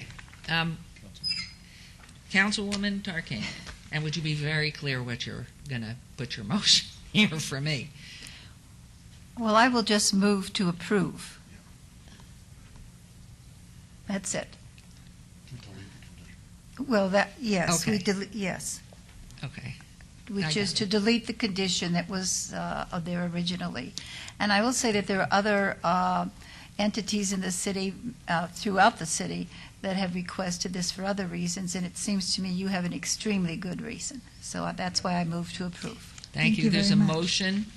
Please vote. Please post. Motion approved. Thank you so much for Thank your time. you. Good luck. We'll be by. I love sake. Wonderful. Right. It's wonderful. Okay, we are moving on to item number 81. Did we do this? Was this one? Right. I would instruct the city clerk to set the public hearing dates and appeals from the city planning commission meetings and dangerous buildings or nuisance litter abatements. And we will now move on to citizens' participation. Citizen participation, public comment during this portion of the agenda must be limited to matters within the jurisdiction of the City Council. No subject may be acted upon by the City Council unless that subject's on the agenda and is scheduled for action. If you wish to be heard, come to the podium, give your name for the record. The amount of discussion on any single subject, as well as the amount of time any single speaker is allowed, may be limited. Are there any members of the public who wish to speak under this portion of the agenda, which is limited to 3 minutes? Please. My name is Anthony Hard. I live 123 Sir David. We're going to have millions and millions of dollars coming to the Las Vegas Speed, racetrack, and they do have the same name, Las Vegas Speed Racetrack. What I'm trying to say, this is governmental stuff. Millions of dollars, okay? And the owner of it, furthermore, he wants me to be out there at the race. This is a lady, and the forerunners, the picture I'm going to put up, were the little girls that was was back there in 74 and 75 at the forerunner. And if you notice, one of them with the long hair on her racer, and that lady, what I'm trying to say, this is beautiful. And so the owner said he's going to make sure me and my wife have a seat out there, whatever. And the race is on the 15th of this month. So what I'm trying to say now, I'm so proud of this lady drive her in the car. Hello, can I go home now? Thank you. Okay. It's a great day. Thank you. We will move on to item number 83, unless Councilman Coffin, you did have something too? No. Thank you. Okay. History guy. Oh, yes. Please state your name. Good afternoon, Mayor, City Council, Anthony Ruggiero, Council Liaison Ward 4, on behalf of Mayor Pro Tem Stavros Anthony. We just want to remind everybody about an event that's taking place at Police Memorial Park in Ward 4 on Saturday, October 15th at 7 a.m. It's the ALS Walk and Memorial Service. ALS is doing all the registering, so if anybody's interested, they can go visit the website. Thank you very much, and send him our best. I will. Thank you. Yes, sir. Thank you. Todd Parlow, 240 North 19th Street. This morning I handed out some flyers, some stuff for you to look at. The reason for that is this. We have a representative government, and we have members that sit on the various boards, and that's the way it should be. And the city council is where the torch and the pitchfork crowd gets their say. And I pretty much leave things alone until it affects me. I go to Metro because I've had some problems with them. Now, my thing is this right now. Things are getting real tight in this state. And the cities, whether it's Reno, Elko, or Las Vegas, we're either going to have to hang together or we're going to hang separately. There's been a lot of animosity on a water project that's coming along, and I'm going to get up and speak at the Water Authority on that. And I don't want the people to think that I'm a total loon when I'm telling them what I'm going to tell them. Those pictures, if you remember this summer, of the flooding around New Orleans, that water did not come from Louisiana. It came from the flooding of the Missouri River, which came from the flooding of the Platte River. That picture you see was right outside of the little town that I was raised in. About a week after that photo was taken, they had to blow the approaches to that bridge, or else lose the bridge. There is more water that passes under that bridge in 20 minutes than they can pump from in those counties in 20 years. I mean, and the figures are there. My thing is this, and what I'm going to say at the Water District meeting, if I can have the overhead here, please. Whether you deal with the water at New Orleans or whether you deal with the source, you're dealing with the same water. The Army Corps of Engineers is going to spend tens of billions of dollars down there around New Orleans to try and save try to get the water under control. My thing is this. This water that you see there, that floods every 20 years. You can just bet on it. And if you go in the back, there's a 20 years ago today that they had a flood that they almost lost Kingsley Dam, and they evacuated North Platte because they thought they were going to get flooded out. My thing is this. They're having too much water there. We don't have enough. My thing, if we can go to the overhead, please. Keep in mind you're to 3 minutes, and I do want to add, during my campaign, we talked about building pipeline from the Mississippi and the Missouri to the...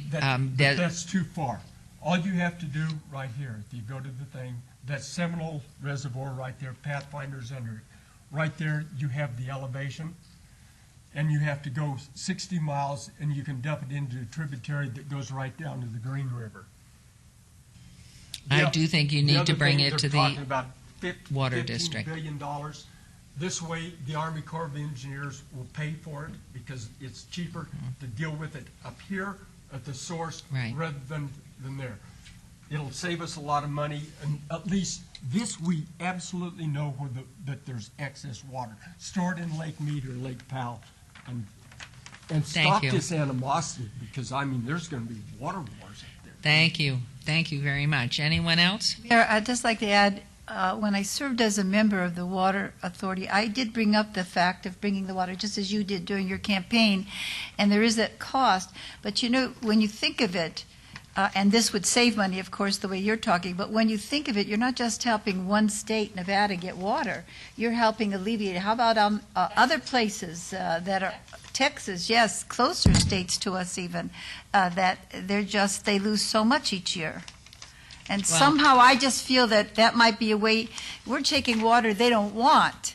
Instead of taking water people are very afraid will destroy their land. And of course the federal government made it possible that a pipeline for oil came down to the contiguous 48 states from Alaska, and certainly with people out of work it would be a wise thing to take federal dollars to help make this happen. So I think, pretty much we're agreeing with you there. Anyone else? Councilman Coffin. Thank you, Your Honor.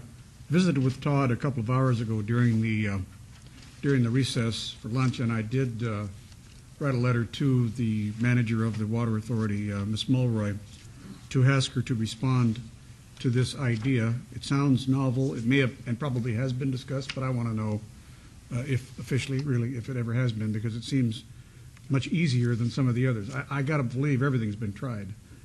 We in the legislature used to talk about water from the Columbia. Well, you know, everything is doable at a cost.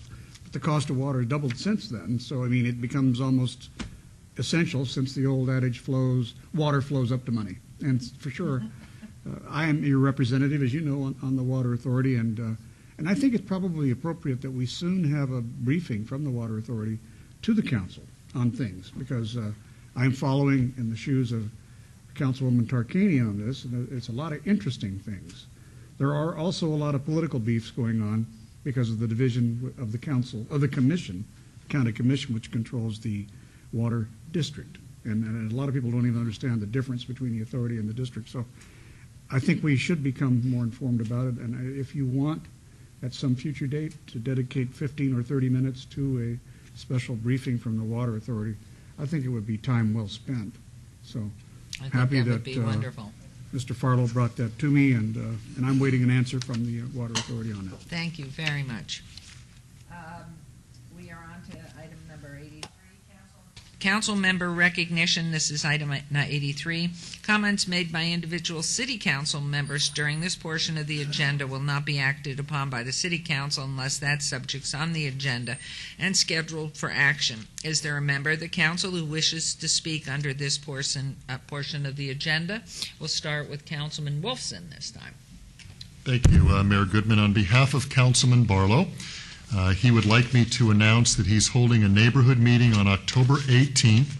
The meeting is to include an update on projects, proposed expansion of redevelopment area, and much more. Councilman Barlow will hold this meeting on Tuesday, October 18th at 6 p.m. at the Doolittle Community Center, located at 1950 North J Street. Residents of West Las Vegas will receive an update on the numerous projects taking place in Ward 5, as well as information on the master plan for the community, the potential expansion of the redevelopment area, and much more. And Councilman Barlow always holds great community meetings. On behalf of myself, a few things. Normally, I announce a missing child, and we were getting ready to announce a missing child, but the young lady that I was going to announce was missing was found this morning. So I don't have a missing child, and it's really kind of exciting because not through only our efforts, but through the efforts of the entire community, almost one half of the children that we've highlighted in the last couple of years have actually been found. So it's really great. So if anybody is aware of missing children, they can contact Nevada Child Seekers or Las Vegas Metro's Missing Persons Unit. A couple other things. On Friday, October 14th at 6 p.m., our latest community partner, a company called Slidin' Through, is sponsoring a movie in the park at Angel Park, which is off of Durango, just south of Westcliff. The event begins at 6 o'clock. The movie will start at 7. It's free to the public. Bring out your chairs and blankets and join us for a movie under the stars. Next, Saturday, October 15th from 10 a.m. to 2 p.m. is the third annual Trunk or Treat Classic Car Show and Free Halloween Festival. This is the third time we're doing this out in Ward 2. It's held at Veterans Memorial Leisure Services Center at 101 Pavilion Center Drive next to Palo Verde High School. It's a great event for the entire family. It's free of charge. There's a car show, games, costume parades, trick-or-treating, free craft projects.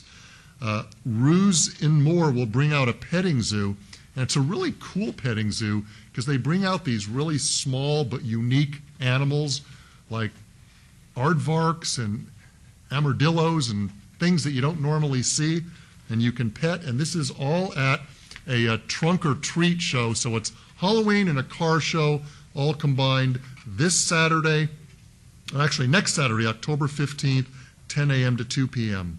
Finally, Thursday, October 20th, it is my pleasure to join Carolyn Goodman for her monthly Coffee with the Mayor, which is in Ward 2 this month.